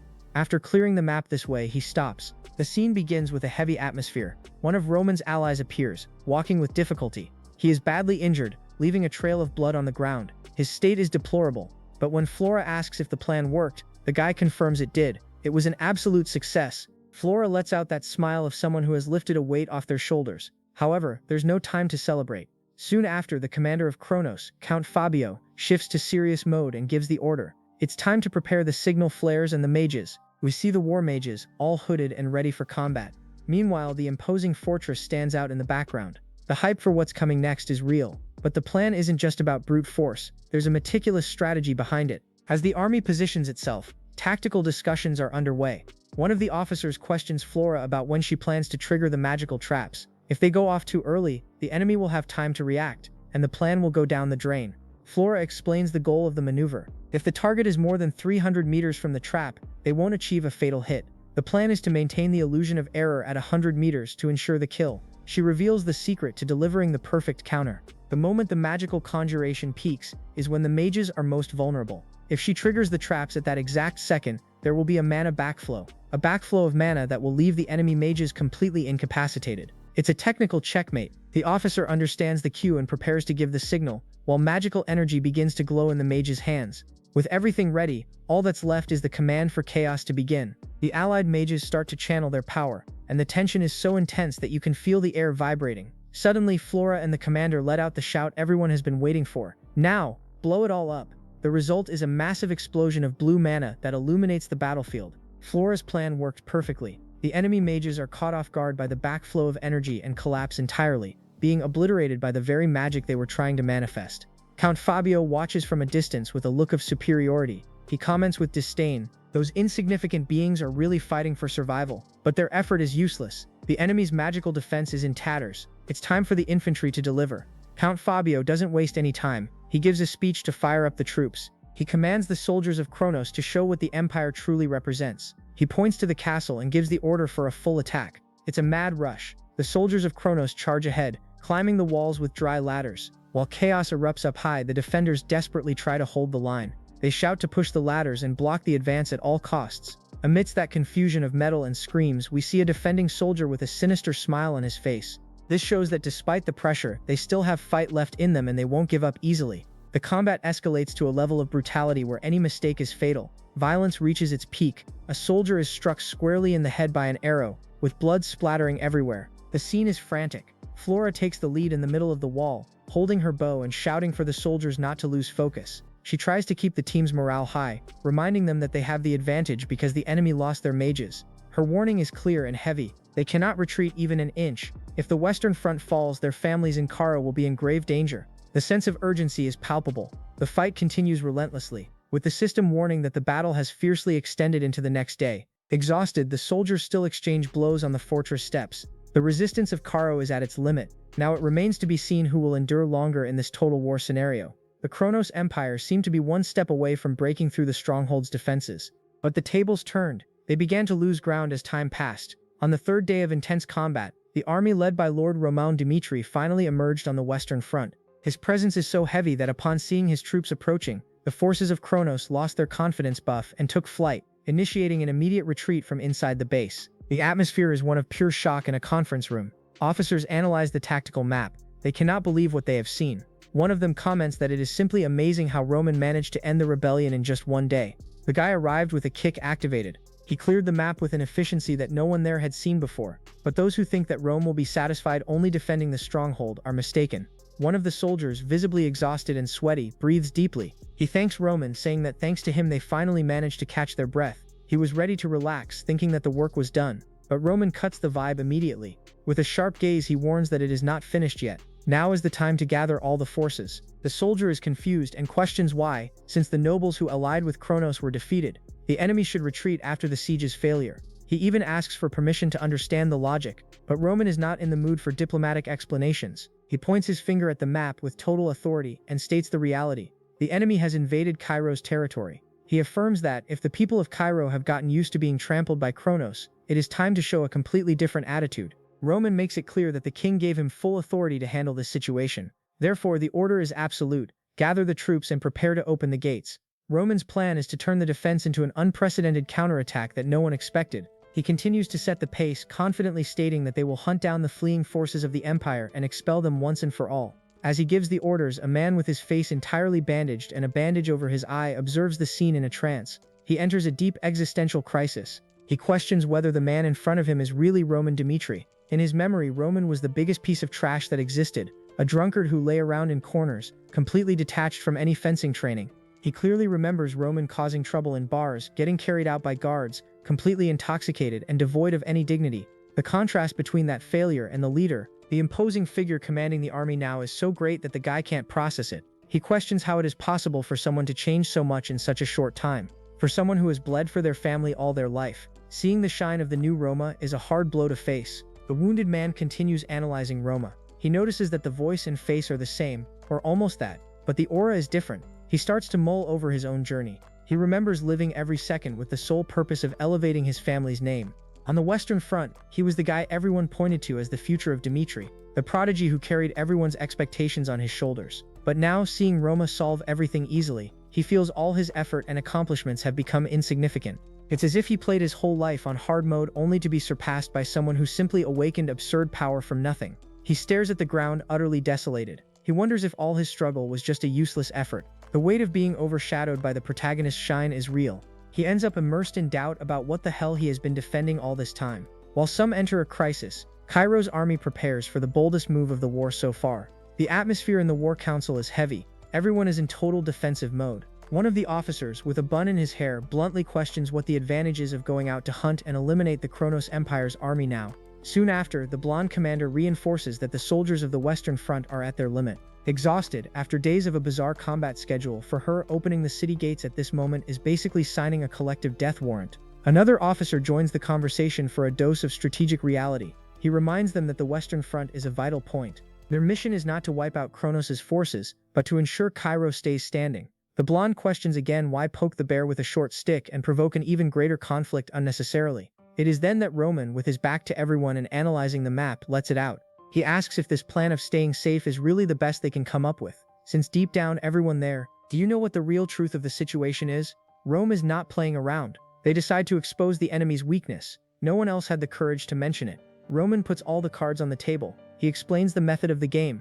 The Kronos Empire is too busy bickering with the Southern Kingdom's alliance. This means they can't simply go all in with full strength against Cairo. He makes it clear that the Kingdom of Cairo will no longer stand by and watch Kronos' atrocities. The weight of this decision to counterattack justifies itself. His words hit hard. One of the officers even sweats cold while processing the command. Meanwhile, the blonde commander watches Roman from the balcony under the moonlight, completely deep in thought. She recognizes that Roman Dmitri has always been consistent in his actions. She even thought he had changed a bit since his days of madness and recklessness. But the reality hits her. She realizes she could never be like him or have that same boldness. Before any movement on the battlefield, the Roman has a pending conversation with someone of his own blood. The blonde commander is confused when she sees Roman approaching Rodwell at the top of the wall. The Roman gets straight to the point. He says he heard Rodwell injured his eyes during the last battle. The brother, trying not to appear weak with a heavy bandage on his face, insists it's nothing major. Thanks to this sacrifice, they manage to deal with the Kronos mages. But Roman sends an absurd morale boost. He admits that, without Rodwell's effort, the Western Front would not have endured the pressure until his arrival. He calls him Rodwell Dmitri, my brother, which leaves Rodwell completely shocked, not knowing how to react to this more human and straightforward side of the protagonist. The Roman reflects that just as he has built new friendships and alliances in this life, he will also take a step forward to get closer to his brother. The moment of affection ends quickly because Roman's heavenly demon mode is about to be activated. The Roman starts to pull away but leaves a chilling warning. He knows Rodwell may not accept this approach at first, but he commands him to engrave one thing in his mind. If he follows Romano, tomorrow he will see with his own eyes the price to pay for messing with a Dmitri. The aura of Romano becomes incredibly heavy, totally dark. He promises that as retribution for what they did to his brother's eyes, the Kronos Empire will have to pay with a mountain of lives. He concludes by reaffirming that they are brothers. Leaving the radio static, he watches the back of the man who will bring terror to the battlefield. The atmosphere soured. He sees if it is the same for the Kronos Empire. Baron Sharton from the diplomatic corps appears with that look of someone bringing bad news. He drops the bomb. The rebellion led by Duke Benedict was a total failure. With the royal army approaching the Western Front, the Baron delivers the straight talk to Count Fabio. The smartest thing now is to get the hell out and retreat. But Fabio did not like the idea at all. He becomes perplexed. He calls Benedict a scoundrel and cannot believe the guy couldn't hold the front for even a day. He stomps his foot, saying he cannot simply run away after all the losses they suffered. His honor does not allow such a coward's disengagement. But Baron Sharton has arguments that Count Fabio cannot ignore. The Baron even understands Count Fabio's side, but the reality is that the Kronos Empire is fully focused on the conflict against the Alliance of Kingdoms. He explains that if Fabio loses even a small part of his forces there, the impact will be felt down south, and the loss will be huge. It is a strategic checkmate. The Baron asks the Count to consider the options carefully. We see Fabio sweating cold, letting out a frustrated as he realizes he is cornered by the logic of war. With little choice, Count Fabio ends up conceding to reality. Count Fabio accepts the diplomatic defeat and warns that as soon as dawn breaks, he will order the retreat of the troops. The next day we see that huge column of soldiers moving along the road. One of the subordinates, concerned about the current situation, suggests leaving some scouts behind to avoid surprises. But Fabio, full of himself, says he doesn't need any of that. He is so confident that he says if he sends a pursuit team, he would be grateful. Count Fabio's plan is to turn the retreat into a deadly trap. Fabio is focused on only one thing. If the enemy comes after him, he will have the chance to crush Cairo's forces. He aims to make the Western Front collapse completely. Meanwhile, the cavalry advances, kicking up dust among the troops. An emo soldier notices something strange and lets out a gasp. Right behind, we see Duke Vandenberg and Flora riding firmly. They are leading what seems to be the start of a heavy counterattack. A soldier rushes in, shouting to Commander Fabio that the enemy has appeared. To make matters worse, they are attacking from the rear. Fabio is startled at first, asking what the guy said, but soon the shock turns into a wicked smile. He says exactly as expected and shows his teeth. He thinks the Cairo guys made a fatal mistake by trying to rush his back line. Fabio believes the game is won, but he doesn't know who is on the other side. Count Fabio mounts his horse and gives the command to the Kronos soldiers. It is to kill all those clueless fools who dared to attack. He is on a high, thinking he will farm them all. On the other side, Duke Vandenberg leads the Cairo charge with a very serious expression. He knows the entire enemy army is in their sights. Now the clash between the two forces is inevitable and will be brutal. The cry to attack echoes as the troops collide in an absurd impact, with screams of agony all around. But then the story goes back a little in time, to the night before. Roman Dmitri is gathered around a tactical map with his allies. He had already predicted that the Kronos army would try to retreat. He explains that the plan is simple. Since the enemy is in a long column, they will split the forces into two and attack the center and the rear at the same time. Roman details who will go to each side in this risky mission. He gives the orders. He will go with Lordwell and Chris to attack the center, while Duke Vander Meg and Flora handle the rear. One of the brown-haired allies becomes tense and warns that splitting the forces is very risky, especially since the rear could be the most dangerous place of all. But Roman has his usual cold stare, already thinking ahead. The protagonist has a contingency plan to ensure victory. Roman assures that as soon as the attack in the center progresses, he will send Chris and other soldiers to provide support in the rear. His plan is to cut the enemy in half. He aims to instill total chaos and ensure a complete victory. He declares with all the conviction in the world, Cairo will win, without a shadow of a doubt. The image of the enemy's crest shattering makes it clear that their game over is already written. Back to the present, the reality of the battle begins to take its toll. On the battlefield, the situation is critical. A soldier from Cairo coughs up blood after a heavy blow. A young blonde knight tries to keep the troops' morale up. He shouts for the soldier to recover. He reminds them that they are the proud warriors of the empire. Therefore, they cannot waver. The sound of swords clashing is constant. The pressure from the soldiers of Kronos is bizarrely high. Duke Vandenberg realizes that Roman's theory is much harder in practice. The Duke feels the weight of combat. He admits that the soldiers from an empire used to invading others are on a completely different level. They are at a disadvantage. The situation becomes critical. Even so, he shouts at the top of his lungs for no one to retreat. He demands that they show Cairo's tenacity against these ruthless imperial soldiers. While the rear suffers, the center of the battle is a parallel universe. As Vandenberg's forces struggle to survive, in the center, what is happening is a one-sided massacre. Sora's battle tactics come into play, and we see the soldiers of Kronos being sliced as if they were low-level creatures. It is a display of blue lights and precise cuts that give the enemies no chance to react. The soldiers of Kronos cannot believe what they are witnessing. They go into total shock and scream that this is insane. The soldier who is decimating them seems just like an ordinary soldier but is using a high-level aura.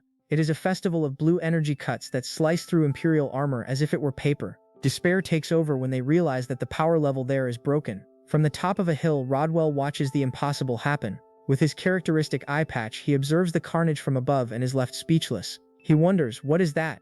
Noticing that the soldiers of Demet, they are not just facing the renowned warriors of the Empire, they are simply crushing everyone. The superiority is so great that it becomes frightening. Rodwell starts to understand the true nature of the army that Roman has built. He realizes that it's not that one or two soldiers are special. The truth is that all of Dimitri's soldiers have turned into monsters on the battlefield. He sees blood splattering and the lethal efficiency of every move, and then it hits him. He begins to understand where it all started, and who is responsible for this bizarre upgrade. Rodwell's gaze shifts to the central figure of all this chaos. He looks at Roman Dimitri, who is there, imposing on his horse, and he recognizes him as his brother. He remembers Roman's words from the night before. If you follow me tomorrow, I will show you what it means to mess with the men of Dimitri. In that moment, the promise has been fulfilled in the most violent and impressive way possible. But Roman is not finished with his personal show yet. Rodwell admits to himself that he hadn't understood the weight of those words at the time, but now he understands perfectly. Roman, without losing focus, calls for Chris, who responds promptly. The protagonist decides it's time to proceed with the plan and divide the forces again to finish the job.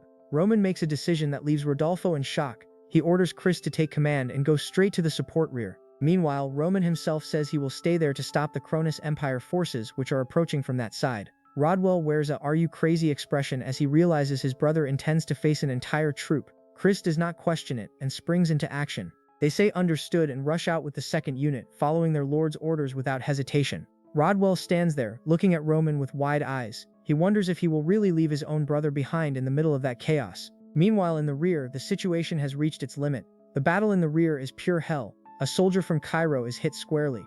Flora, in despair, screams that they are starting to be pushed back. She calls for Commander Vanderberg, who understands the immediate danger. He orders the troops to form a shield wall immediately to try to contain the Imperial advance. The scream of the shield wall echoes across the front. The execution is perfect. The reinforced wooden shields with metal details fit together, creating a barrier that seems insurmountable. On the other side, the soldiers of the Kronos Empire are completely confused. They start questioning what the heck is going on. Why on earth would the enemy set up a defensive formation right after launching a surprise attack? It doesn't make sense to them. While the enemy tries to process the move, Commander Dimitri reinforces the order. He tells the troops to stick to the shields and hold the line with everything they've got, without giving an inch to the enemy. But this entire defense is just preparation for the real counterattack coming on the horizon. Behind the safety of the shields, the soldiers hold their ground firmly. The atmosphere changes when a cloud of dust appears in the distance. The commander, sensing that the timing is perfect, announces that the Allied forces have finally arrived for the game, and leading this charge is none other than a knight who seems to have stepped straight out of a nightmare for the enemies. He advances with incredible speed, making the common soldiers of the Kronos Empire look like low-tier extras. With a sinister look and an aura of blue electricity surrounding him, he starts slicing through anyone in his path. The trail of blue energy he leaves behind is pure power juice, showing he didn't come to play. Each move is a flash of light that disintegrates the enemy's defense, proving that he is a true monster in close combat. His performance is so outrageous that it leaves even his allies in shock. The blonde archer watches the scene from a distance, completely impressed. She recognizes that this performance is exactly what one expects from a knight of Roman. With such reduced strength, he is managing to solo the Kronos Empire's army and turn the tide on his own. But as not everything is easy, the area boss decides to show up. A heavy foot crushes the ground, and an authoritative voice commands the useless fools to get out of the way. The 3-star swordsman of Kronos arrives, full of swagger, surrounded by a blazing green aura that screams danger. He points his sword and declares that the blonde knight will be his opponent. However, he wasn't prepared for the reaction speed from the opponent. Before the guy can finish his sentence, a blue flash takes over the scene. It's the flash of Cairo, a technique that seems to ignore the laws of physics. Dimitri's knight doesn't want to waste time talking. He goes straight into the attack. He decides the fight in the first frame. This movement is not just an attack, it is the affirmation of a legend. We already started in the middle of the hurricane, in the central region of the Kronos Empire. Roman Dimitri is simply unstoppable. He delivers slashes with a sinister purple aura.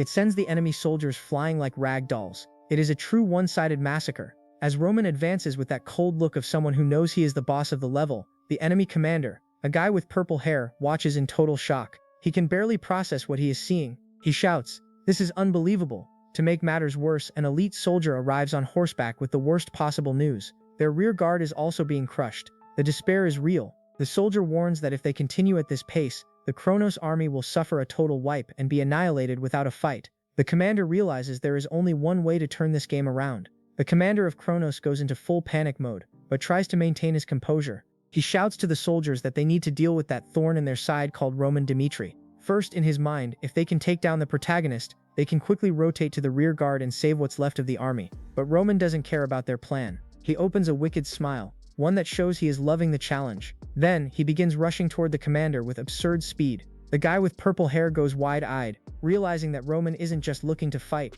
he wants the leader's head. He screams desperately for them to stop the lunatic. Seeing Roman cutting through the defense lines like they are nothing. But just before Roman reaches his target, a new player enters the battlefield. To try to tank the monster, out of nowhere, a knight in shining armor and blonde hair leaps in front, shouting that he will handle Roman himself. This is Gustavo, the commander of Kronos' 10th squad of knights. The guy's resume is heavy. He is in the 78th position. In the rank of the continent and 35 in the Kronos Empire, the two clash swords. The pressure is so immense that the ground around cracks. Roman, always analytical, realizes immediately that Gustavo is on another level. He thinks Gustavo might even be stronger than Nicholas, a previous opponent. Gustavo seems confident, sustaining the blow with a smile on his face. Meanwhile, a massive golden aura begins to emanate from his body, clashing against Roman's dark energy. The duel escalates quickly. Roman demonstrates that he is not just brute strength but pure technique. The swords collide multiple times at a speed that is barely trackable. Gustavo attempts to press forward with rapid attacks. Other aura knights try to surround Roman to assist the commander. They believe that by coordinating their attacks they can break through Roman's defense. However, the protagonist is on another level of gameplay. With a perfect circular movement, he unleashes a wave of purple energy that throws all the knights around him away. Gustavo is in shock. The blonde commander starts to sweat cold, realizing that even with help, Roman remains unfazed. He admits to himself that Roman Dimitri is much more dangerous than he imagined. If they leave this guy alive, he could turn the tide of the entire war by himself. Seeing that the normal method won't work, Gustavo decides to resort to something forbidden. He understands that there is no turning back. He must eliminate this threat to the Empire, no matter the cost. He starts to channel an absurd amount of energy, mentioning that he will even use forbidden magic if necessary. An intense light begins to emanate from his hands. He activates a technique called Light Hug. The battlefield is engulfed in an explosion of golden light. It looks like a pillar descending from the sky. Roman observes everything from afar, maintaining his usual calm while analyzing the energy. He realizes there is something different there. He begins to wonder if Gustavo is using what they call Hinata energy. Roman enters explanatory mode. While the light threatens to consume everything, he starts to reflect on what this Hinata energy is.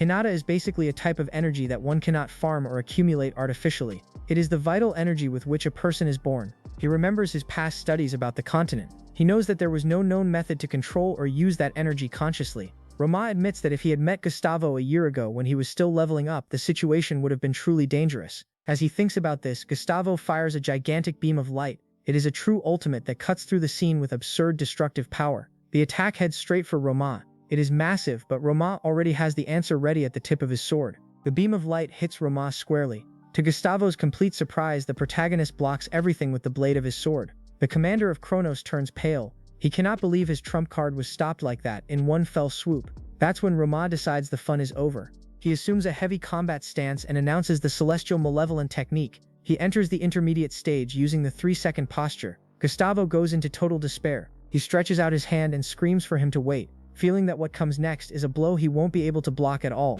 The blow is unleashed. The result is complete devastation. Gustavo still tries to shout for him to stop, but it's too late. Roma's attack is an explosion of black and white energy. It tears through the battlefield, creating a path of destruction that rises to the clouds. Smoke and dust take over everything. The silence that remains is deafening. The surviving Kronos soldiers look at the crater in shock. They cannot believe that the powerful commander Gustavo, one of the best in the Empire, was defeated like that. The morale of the enemy troops simply disappears amidst that smoke. With their champion out of combat, Roma focuses on the next target on the list. Roma wastes no time and starts walking calmly towards the purple-haired commander, who is still mounted on his horse trying to understand what just happened. Roma gets close and with a swift movement knocks the guy off his horse with a kick or direct strike. The commander falls to the ground pathetically, shouting "You bastard," and trying to use his social status as a shield. He screams that he is a noble of the Empire and cannot be treated this way. The noble tries to intimidate Roma, but he doesn't know who he is dealing with. The commander with purple hair continues his tantrum. He asks if Roma understands the consequences of killing a noble of the Empire. Even in war, he threatens, saying that Roma will spend the rest of his life trembling in fear of Kronos' assassins.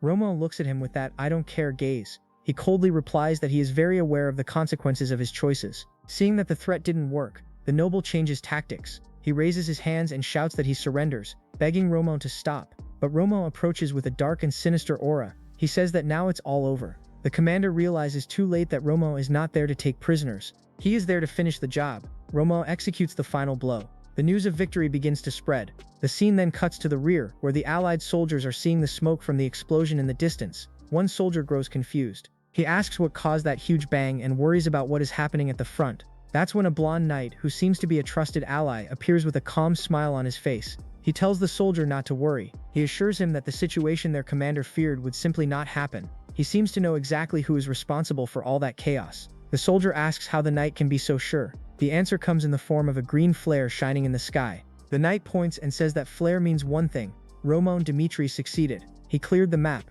The scene then shifts to the kingdom of Cairo, showing the imposing castle. Inside, the king of Cairo sits on his throne until a messenger rushes in with the news. The king reads the report and breaks into a beaming smile, exclaiming, "Oh my God!" He is incredulous at the outcome of the operation.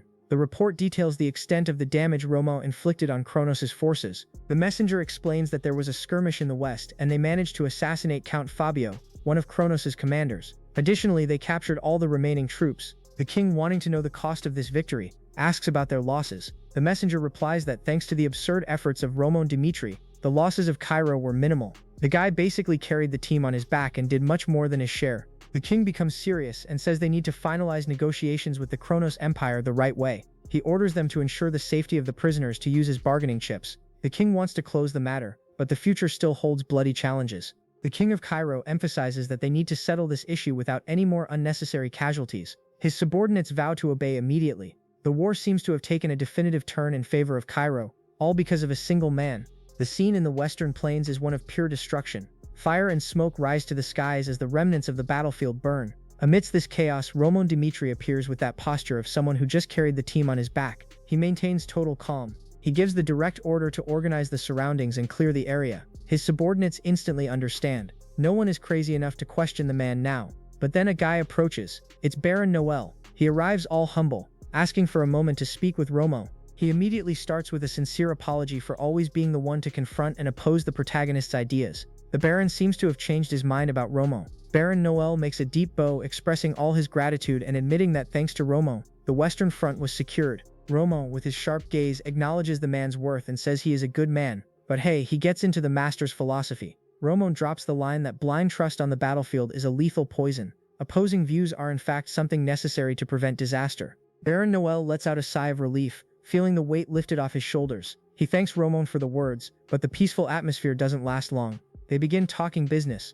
Now that they have captured prisoners, the Baron thinks they have the upper hand to negotiate with the Empire. But Romon, who knows the political game well, cuts him off immediately. He says that those negotiations will not be promising at all. Rome knows that the Empire will not accept defeat so easily. The reason is much heavier than it seems. Rome explains that the Empire will never accept sitting at the negotiation table comfortably. Their strategy is always the same: invade first, use brute force. If they are attacked back, they make absurd demands just to maintain their facade. He makes it clear that in conflicts between nations, the pretext is important. But all of this loses meaning in the face of pure and simple power logic. For the Empire, what really hurts is not the loss of soldiers. It is the fact that the Kingdom of Cairo, which they consider a tiny and irrelevant country, managed to defeat them. Baron Noel even breaks out in a cold sweat with the analysis. He asks what they should do. Then Rome answers with the coldness of someone who has already foreseen the future. If Cairo wants to move forward, that is a problem they will have to face head-on, without fleeing. The war in the fields may be over, but a much worse war is about to begin behind the scenes. The scene cuts directly to the Kingdom of Cairo, where diplomacy is on fire. Baron Sharton from the Kronos Empire's Ministry of Foreign Affairs appears via magical projection, all pompous, to give the official position of the Emperor. He starts with that villain talk. He says the only reason Kronos attacked Cairo was because of a request from Duke Benedict. According to him, as the pivot of the confusion, the Duke himself was defeated. The Empire thought it had made it clear that it wanted peace by withdrawing its troops. The representative of Kronos is trying to turn the tables and place the blame on Cairo. His argument is bizarre.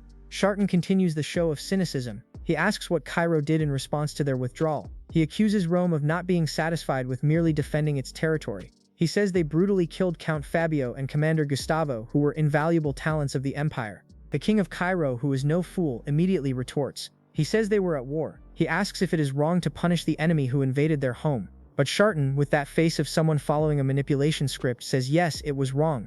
Because of this, the Empire now demands appropriate compensation. The king is furious, remembering, of course, it was Kronos who attacked first. The Empire is ignoring reality, setting off on a blackmail that could destroy peace once and for all. The King of Cairo tries to play the diplomatic card. He says he will take the case to the international community.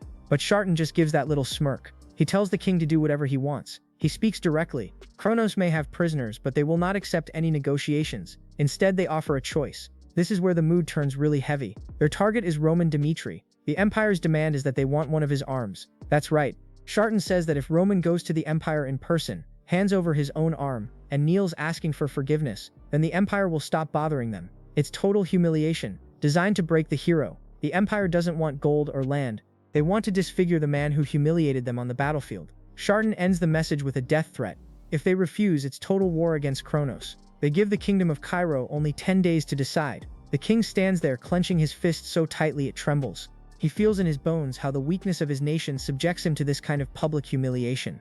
As soon as communication cuts off, one of the advisors speaks the truth to the king. The Kronos Empire does not care about the arm. Their real objective is to eliminate Roman Dimitri. Now they are terrified that he will become an impossible threat to face in the future. Roman has become the #1 target on the continent. The king is in a deadlock. Surrender his best warrior or watch his kingdom be wiped off the map. The king reflects on how Roman Dimitri is a hero, not just for the nobles but for all the citizens of Cairo. He knows that if he abandons the man just to save his own skin, no one will serve the kingdom with loyalty anymore. With a determined look, he orders them to summon Roman immediately. He needs to discuss this face-to-face with him. 2 days pass and the meeting takes place in the throne room. The king explains the whole tense situation and asks what they should do, laying out the absurd proposal from Kronos. He wants to know the opinion of the man at the center of the storm. Roman listens in silence, but his answer will leave everyone in shock. Roman analyzes the situation with that surgical coldness. He says that if they accept Kronos' proposal, Cairo will inevitably become a vassal state. This means losing all its sovereignty. Then he drops the bomb. He himself will personally go to the Empire to resolve this issue. He asks the king to send him as an official envoy. The king is shocked. He almost jumps from the throne and immediately forbids it. He remembers that Kronos is literally asking for his head. Going there under these conditions is asking to die. The atmosphere in the room turns to complete silence. The other nobles just watch the clash between the king and his best warrior. When it seems that there is no way out of the deadlock, an unexpected character asks for the floor. Out of nowhere, Count Fabios, the one with the respectable mustache, asks for permission to make a suggestion. The king allows him to speak. Fabios starts with a master's charm. He says he understands that Roman knows how to solve the problem, but agrees with the king that it's too risky for the protagonist to go personally. Then he poses the rhetorical question. Shouldn't someone capable of conveying Cairo's position perfectly go instead? The king asks if he is suggesting that he, Count Fabios, be the envoy to the empire. With a smile of someone with a plan up his sleeve, Fabios confirms, exactly. No one expected Fabios to volunteer for such a suicidal mission. What's his game? Fabios puffs up his chest and says he will represent Cairo. He will carry their position to the barbaric empire of Kronos. Romao and the king can only watch this sudden change of stance. The narrative reveals that Fabios is known as the Raccoon of Cairo, one of the biggest names in the kingdom's politics. This guy is a master at reading situations and making quick, bold decisions. These decisions always end up benefiting him. The fact that a guy who was a key figure of the old nobility is now raising his voice alongside Romon shows that he realized the meta has changed and that Romon is the biography of a winner. Fabios is a professional politician. He wouldn't take this step if he weren't sure he could gain something. The king acknowledges that Fabios' skills are genuine. However, he warns that entering the Kronos Empire now means putting his life at risk from the very first second. He asks if the count is truly willing to face all this danger. Fabios, with all his drama, swears that he will do his best to complete the mission perfectly. The king then looks at Roma and asks what he thinks. Roma, kneeling, seems to accept the play. Later, in a dark and quiet corridor of the palace, Roma approaches Fabios. He did not swallow this story of sacrifice for the kingdom. He calls the guy by name, ready to squeeze the truth out of him. Roma knows that the raccoon always has a hidden interest. He will find out what it is right now. Roma Dimitri does not waste time with pleasantries and goes straight for the jugular. He says that Fabios definitely has a hidden purpose for volunteering as an envoy. With an intimidating aura, he orders, "Tell me what you want." Fabios stands there face to face with the monster he decided to support. He knows he cannot fool Roma with politicians' talk. Roma gets to the point and says that Fabios surely volunteered for this diplomatic mission with some objective behind it. Without beating around the bush, he lets it rip. "Tell me what you desire." Fabios, feeling the pressure, admits that Roma cannot blindly trust a deserter like him, but he makes a solemn promise. Right there, he declares that from now on he wishes to live his life serving Lord Roma. He asks that his choice to go on this mission be seen as the first step to prove his total loyalty. He makes it clear that he does not expect to be treated with the same affection as Roma's old followers. He only wants to be useful and used beneficially from now on. Fabios laid it all out, but will this honesty convince our protagonist? Romo remains silent for a moment. He just observes. Meanwhile, Fabios thinks that if he can stand by Romo's side and live as a powerful figure, with wealth and honor, he agrees to do anything. Romo finds the count's proposal surprisingly sincere and likes what he hears. Fabios kneels, pleading to be accepted. Romo smirks slightly, thinking that the more he gets to know this guy, the more he likes his style. He finally calls him Count Fabios, validating the new ally's position. Romo realized that Fabios understood the essence of their relationship.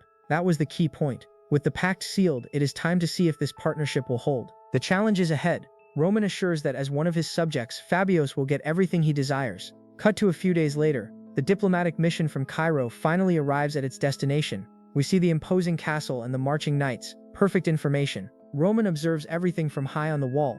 He has that look of someone who has foreseen it all. Meanwhile, Fabios is already on the road, mounted on his horse. Next to another envoy, his travel companion questions how Fabios manages to betray those he served and still come out alive.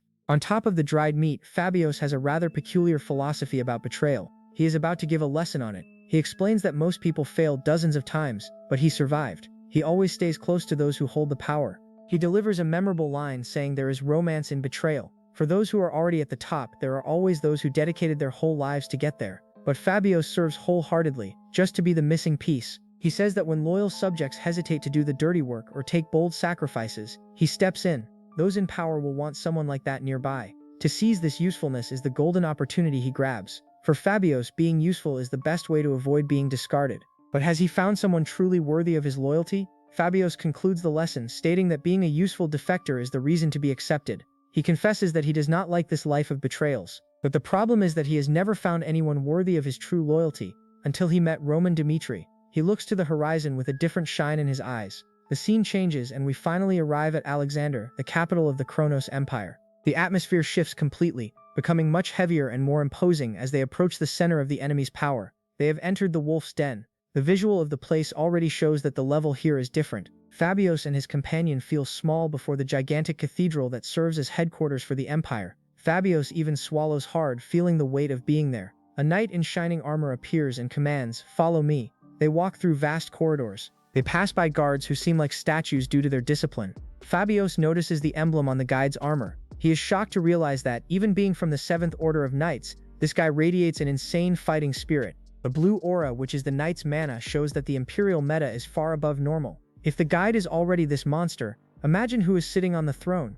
Fabios realizes that the knight leading them is even stronger than Count Nicholas. That says a lot about the level of power here. They reach huge doors that open with a crash, revealing a blinding light. The envoy from Cairo feels like he is entering a realm beyond the skies. At the back of the hall, sitting on a colossal throne, there he is, the Emperor of the Kronos Empire. Fabios knows that if he stumbles over his words, he will become the story right there.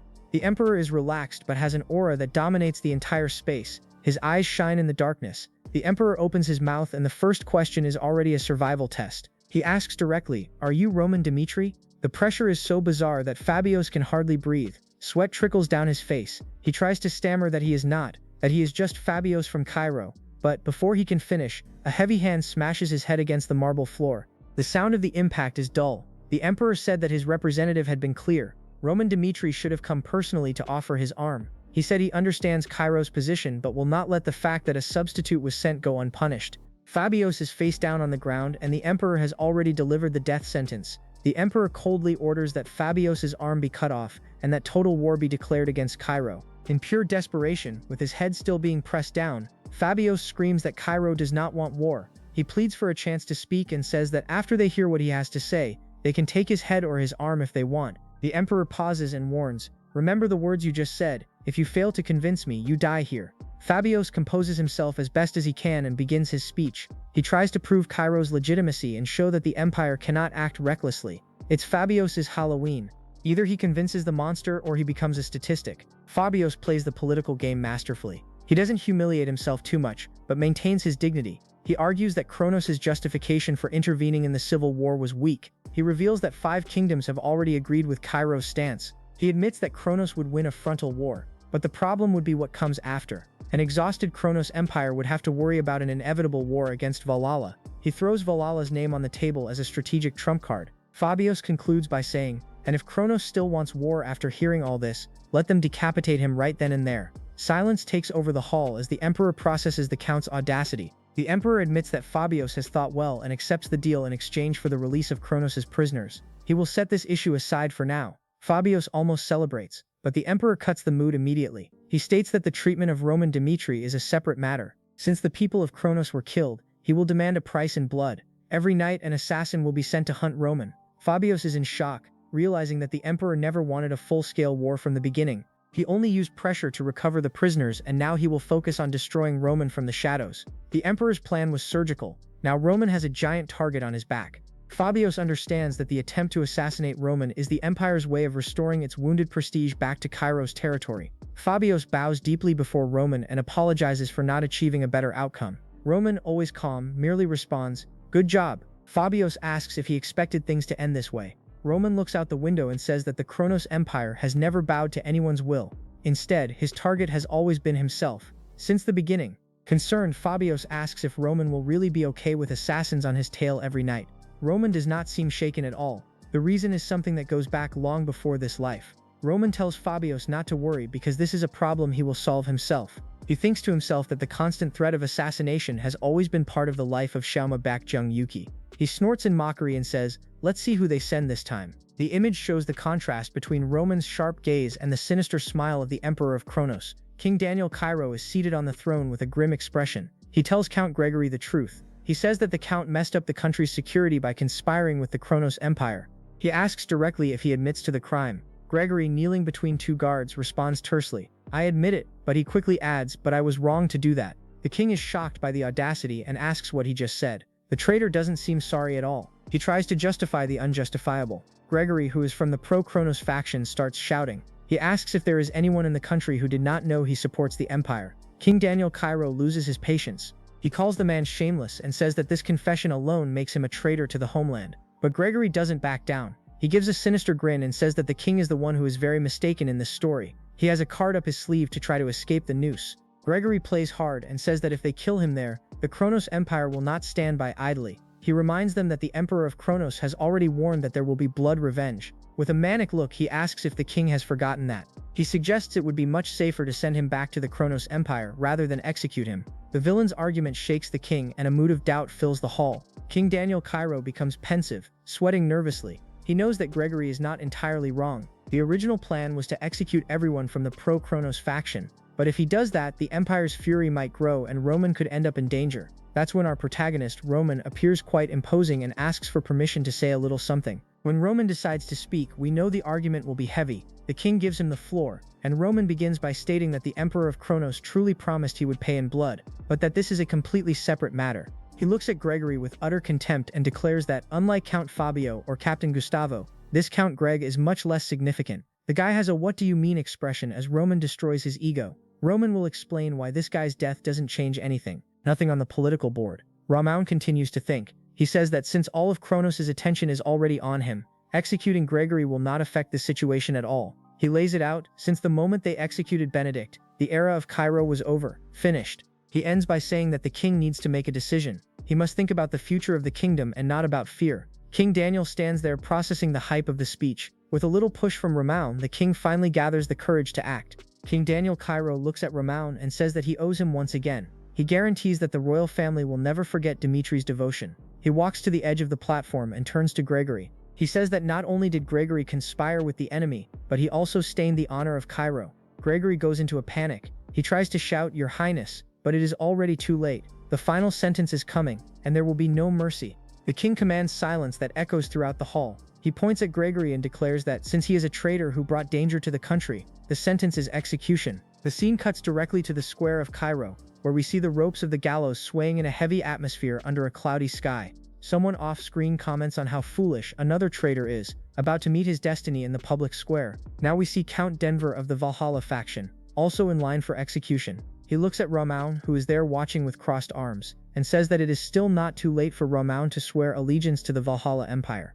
Denver tries to belittle the protagonist, saying that, next to the Empire, he is a nobody. He claims that Gustavo, whom Ramaun defeated, was merely ranked 78 in the continent. Denver thinks he can scare Ramaun with the power of Valhalla. He continues barking, asking if Ramaun thinks he can handle the monsters of Valhalla. Denver warns that if he loses his head there, Ramaun's relationship with Valhalla will go down the drain for good. But Ramaun, with that little smile of someone who loves the challenge, simply replies, "I am looking forward to it." Denver is in shock, unable to believe that the guy is actually asking to fight the whole empire. The time for talk is over, and justice in Cairo will be served. Denver calls Ramaun a fool for turning the two greatest powers of the continent against each other, enemies. But the execution does not stop. The trapdoor creaks open. We see the silhouettes of the traitors hanging. The text says, "This is how the three factions of Cairo walked toward ruin.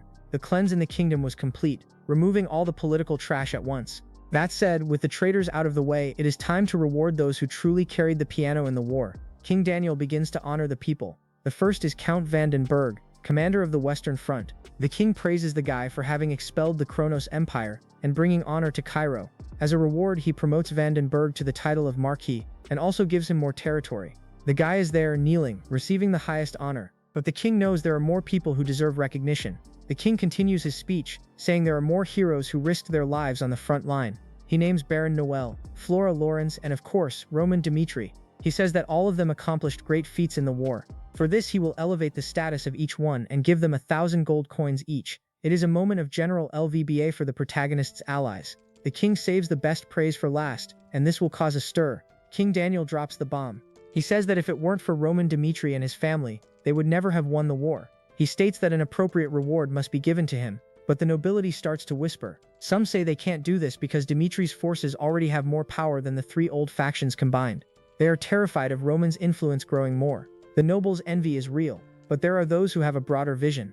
A noble says they must stop giving power to Roman, but another person cuts him off immediately, calling it ridiculous. This person reminds them that the kingdom was made a fool by the traitors because of this selfish thinking.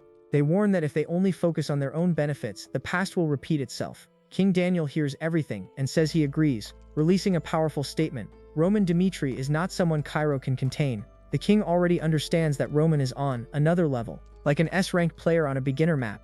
The king explains that now everyone knows the Dimitri family has more power than the kingdom of Cairo itself. So instead of treating them just as a polite subordinate, the right approach would be to treat them as an allied nation with the same status. He wants to take this opportunity to show the world a new Cairo. The image of Roman holding the sword, with a powerful aura in the background, makes it clear that he is the pillar of this new world. The official announcement will change the history of the continent forever. King Daniel Cairo, all smiles and confident on the throne, makes the official announcement. He says that as the king of Cairo, he will congratulate the Demetris with great pleasure. He officially declares that he is granting the Dimitra family the title of Duke. It is the highest recognition a noble family could receive, elevating their status to the top of the pyramid. But it is not just a title on paper. There is new territory at stake. The king declares that the entire eastern region, including the lands of the Dimitris, is now officially a duchy. We see an image from above the hall, with Roman kneeling before the king. The text highlights that on that day, the territory once considered merely rural, has become the first territory of the Duchy of Dimitri. Roman gives a little satisfied smile, knowing that the plan is working. The news spreads and Roman's name becomes the main gossip of the continent. The people in the streets can't stop talking about the guy. They comment that he is incredible for ending the faction war and even driving out the Kronos Empire. The burning question is, who could face Roman? Even the king acknowledged his worth. The crowd is shocked by his level of strength, remembering that no one on the continent has reached 5 stars at his age. The guy is literally breaking the world's meta. His fame is rising so much that even artists are joining the wave. People start speculating that, perhaps for the first time in history, a swordsman from their kingdom might break into the top 50 of the continent. The hype is unprecedented, and everyone, regardless of nation, only talks about Roman. The chapter ends by saying that the more they talked about Roman, the more the legend grew. The guy is becoming an epic hero even before the story reaches its halfway point. With his name in the stars, what will be the next monsters that will attempt to test the power of the new Duke of Cairo, Henry Albert, is living the pure juice of success. The guy realized that as he gathered people interested in what Roman Dimitri was doing, his own value in the market soared like a rocket. Now he is giving lectures at the Royal Academy of Cairo, a place he never even dared to look at before. The prestige is so great that he is teaching the children of the most influential families in the kingdom. And check out the crowd's reaction during his lectures. The audience goes wild. It's an absurd hype. Even his family, who used to worry about money, is now swimming in gold and bursting with pride. Henry has basically dropped a legendary loot of wealth and fame. One of the veteran professors at the academy approaches him, all emotional, saying that his heart would not stop beating strongly while listening to the lecture.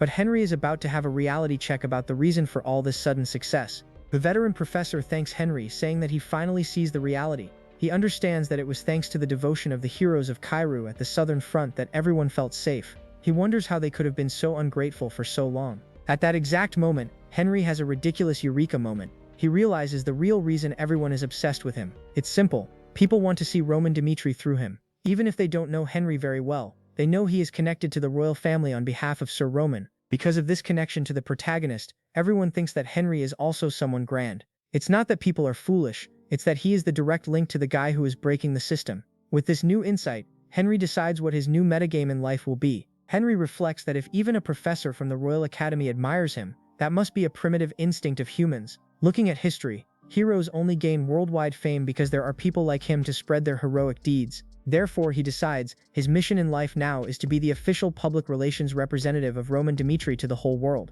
He appears in a chic vibe, holding a glass of wine, admitting that even though they are not that close, he will praise Roman as much as he can. All this, of course, to ensure an easy and comfortable life for himself. This will be his way of soloing life in this world. While Henry plans his luxurious life, the atmosphere in Dimitri becomes much heavier with the return of a familiar face. The chapter now focuses on Rodwell's situation. He crosses the gates of Dimitri territory, carrying his belongings. He wonders how many years it has been since he last set foot there. The guy looks very different, wearing an eye patch and appearing quite tired. As he enters the town, he passes by a tavern and overhears the people chatting. A man, laughing, talks about how a rookie's mistake almost got him dragged up. But after Roman used a magical artifact to protect the moat, no one else died. Roman has literally become the local hero everyone idolizes. Hearing all this praise for his brother makes Rodwell feel like a stranger in his own nest. In the tavern, people toast to Roman's health, the savior of lives. Rodwell watches everything from afar, drinking alone. He feels that he no longer has a place among the Dimitris. He is completely aimless, feeling that he has lost his way. His dilemma is heavy. He either stays in Dimitri or heads west again. In the end, he decides to go to Romero's office. He and Roman enter together after their father gives permission. The atmosphere between the brothers is one of pure silence. The family patriarch has an important announcement that will determine the future of the entire clan. Romero gets straight to the point. He called them both there to talk about the family's succession. He explains that in a few days the Dimitris will become a duchy. This means a new beginning, but it also means that the responsibility and duties on their shoulders will become much heavier. Rodwell listens with his head down in deep silence. When Romero says he wants to decide the successor right there, Rodwell interrupts and asks to speak first. Without hesitation, he declares that he wants to renounce his succession rights. He states clearly that Roman is much more suited to be the successor than he is. Rodwell doesn't just want to give up the title, he wants a complete life change. Rodwell says he made this decision for the sake of the future of the Dimitris and makes a desperate request. Please let me go. He feels that he needs time for himself. After he leaves the room, Romero ponders, releasing a heavy sigh. He begins to remember a time when he thought he had put too much burden on Rodwell's shoulders. The Dimitris started as commoners. Many people said they had a limit to how far they could go. That's why seeing Rodwell train with the sword so frequently, and being more exceptional than the others, gave hope to his father. Romero reveals what he really thought about who should lead the family. Romero confesses that he always believed Rodwell would be the ideal successor, someone capable of carrying the future of the Dimitris. He feels guilty because his son had to bear the weight of his expectations since childhood, when he should have been acting like a normal boy. But the truth is that today Romero was going to tell Rodwell that he could not let him be the successor, not in any way. He feels sorry for his son but believes his decision is not wrong.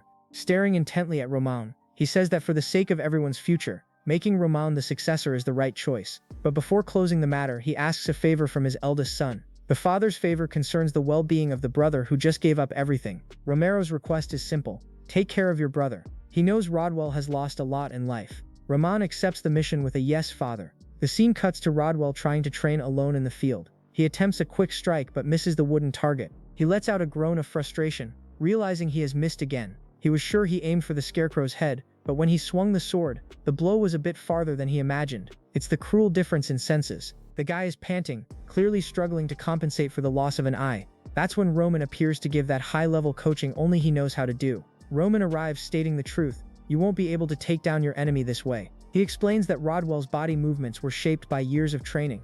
Losing an eye doesn't just affect vision, it affects the sense of distance, causes errors in the received information, and generates constant fear. Everything Rodwell knew has changed. But Rom gives it straight: it doesn't help to cling to what has been lost. If he can manage to use everything else, he will be able to see a completely new world he didn't see when he relied solely on sight. Roman ends with a heavy proposal: if you wish, I will help you achieve this. Rodwell seems reluctant, but Roman is not the type to accept no for an answer.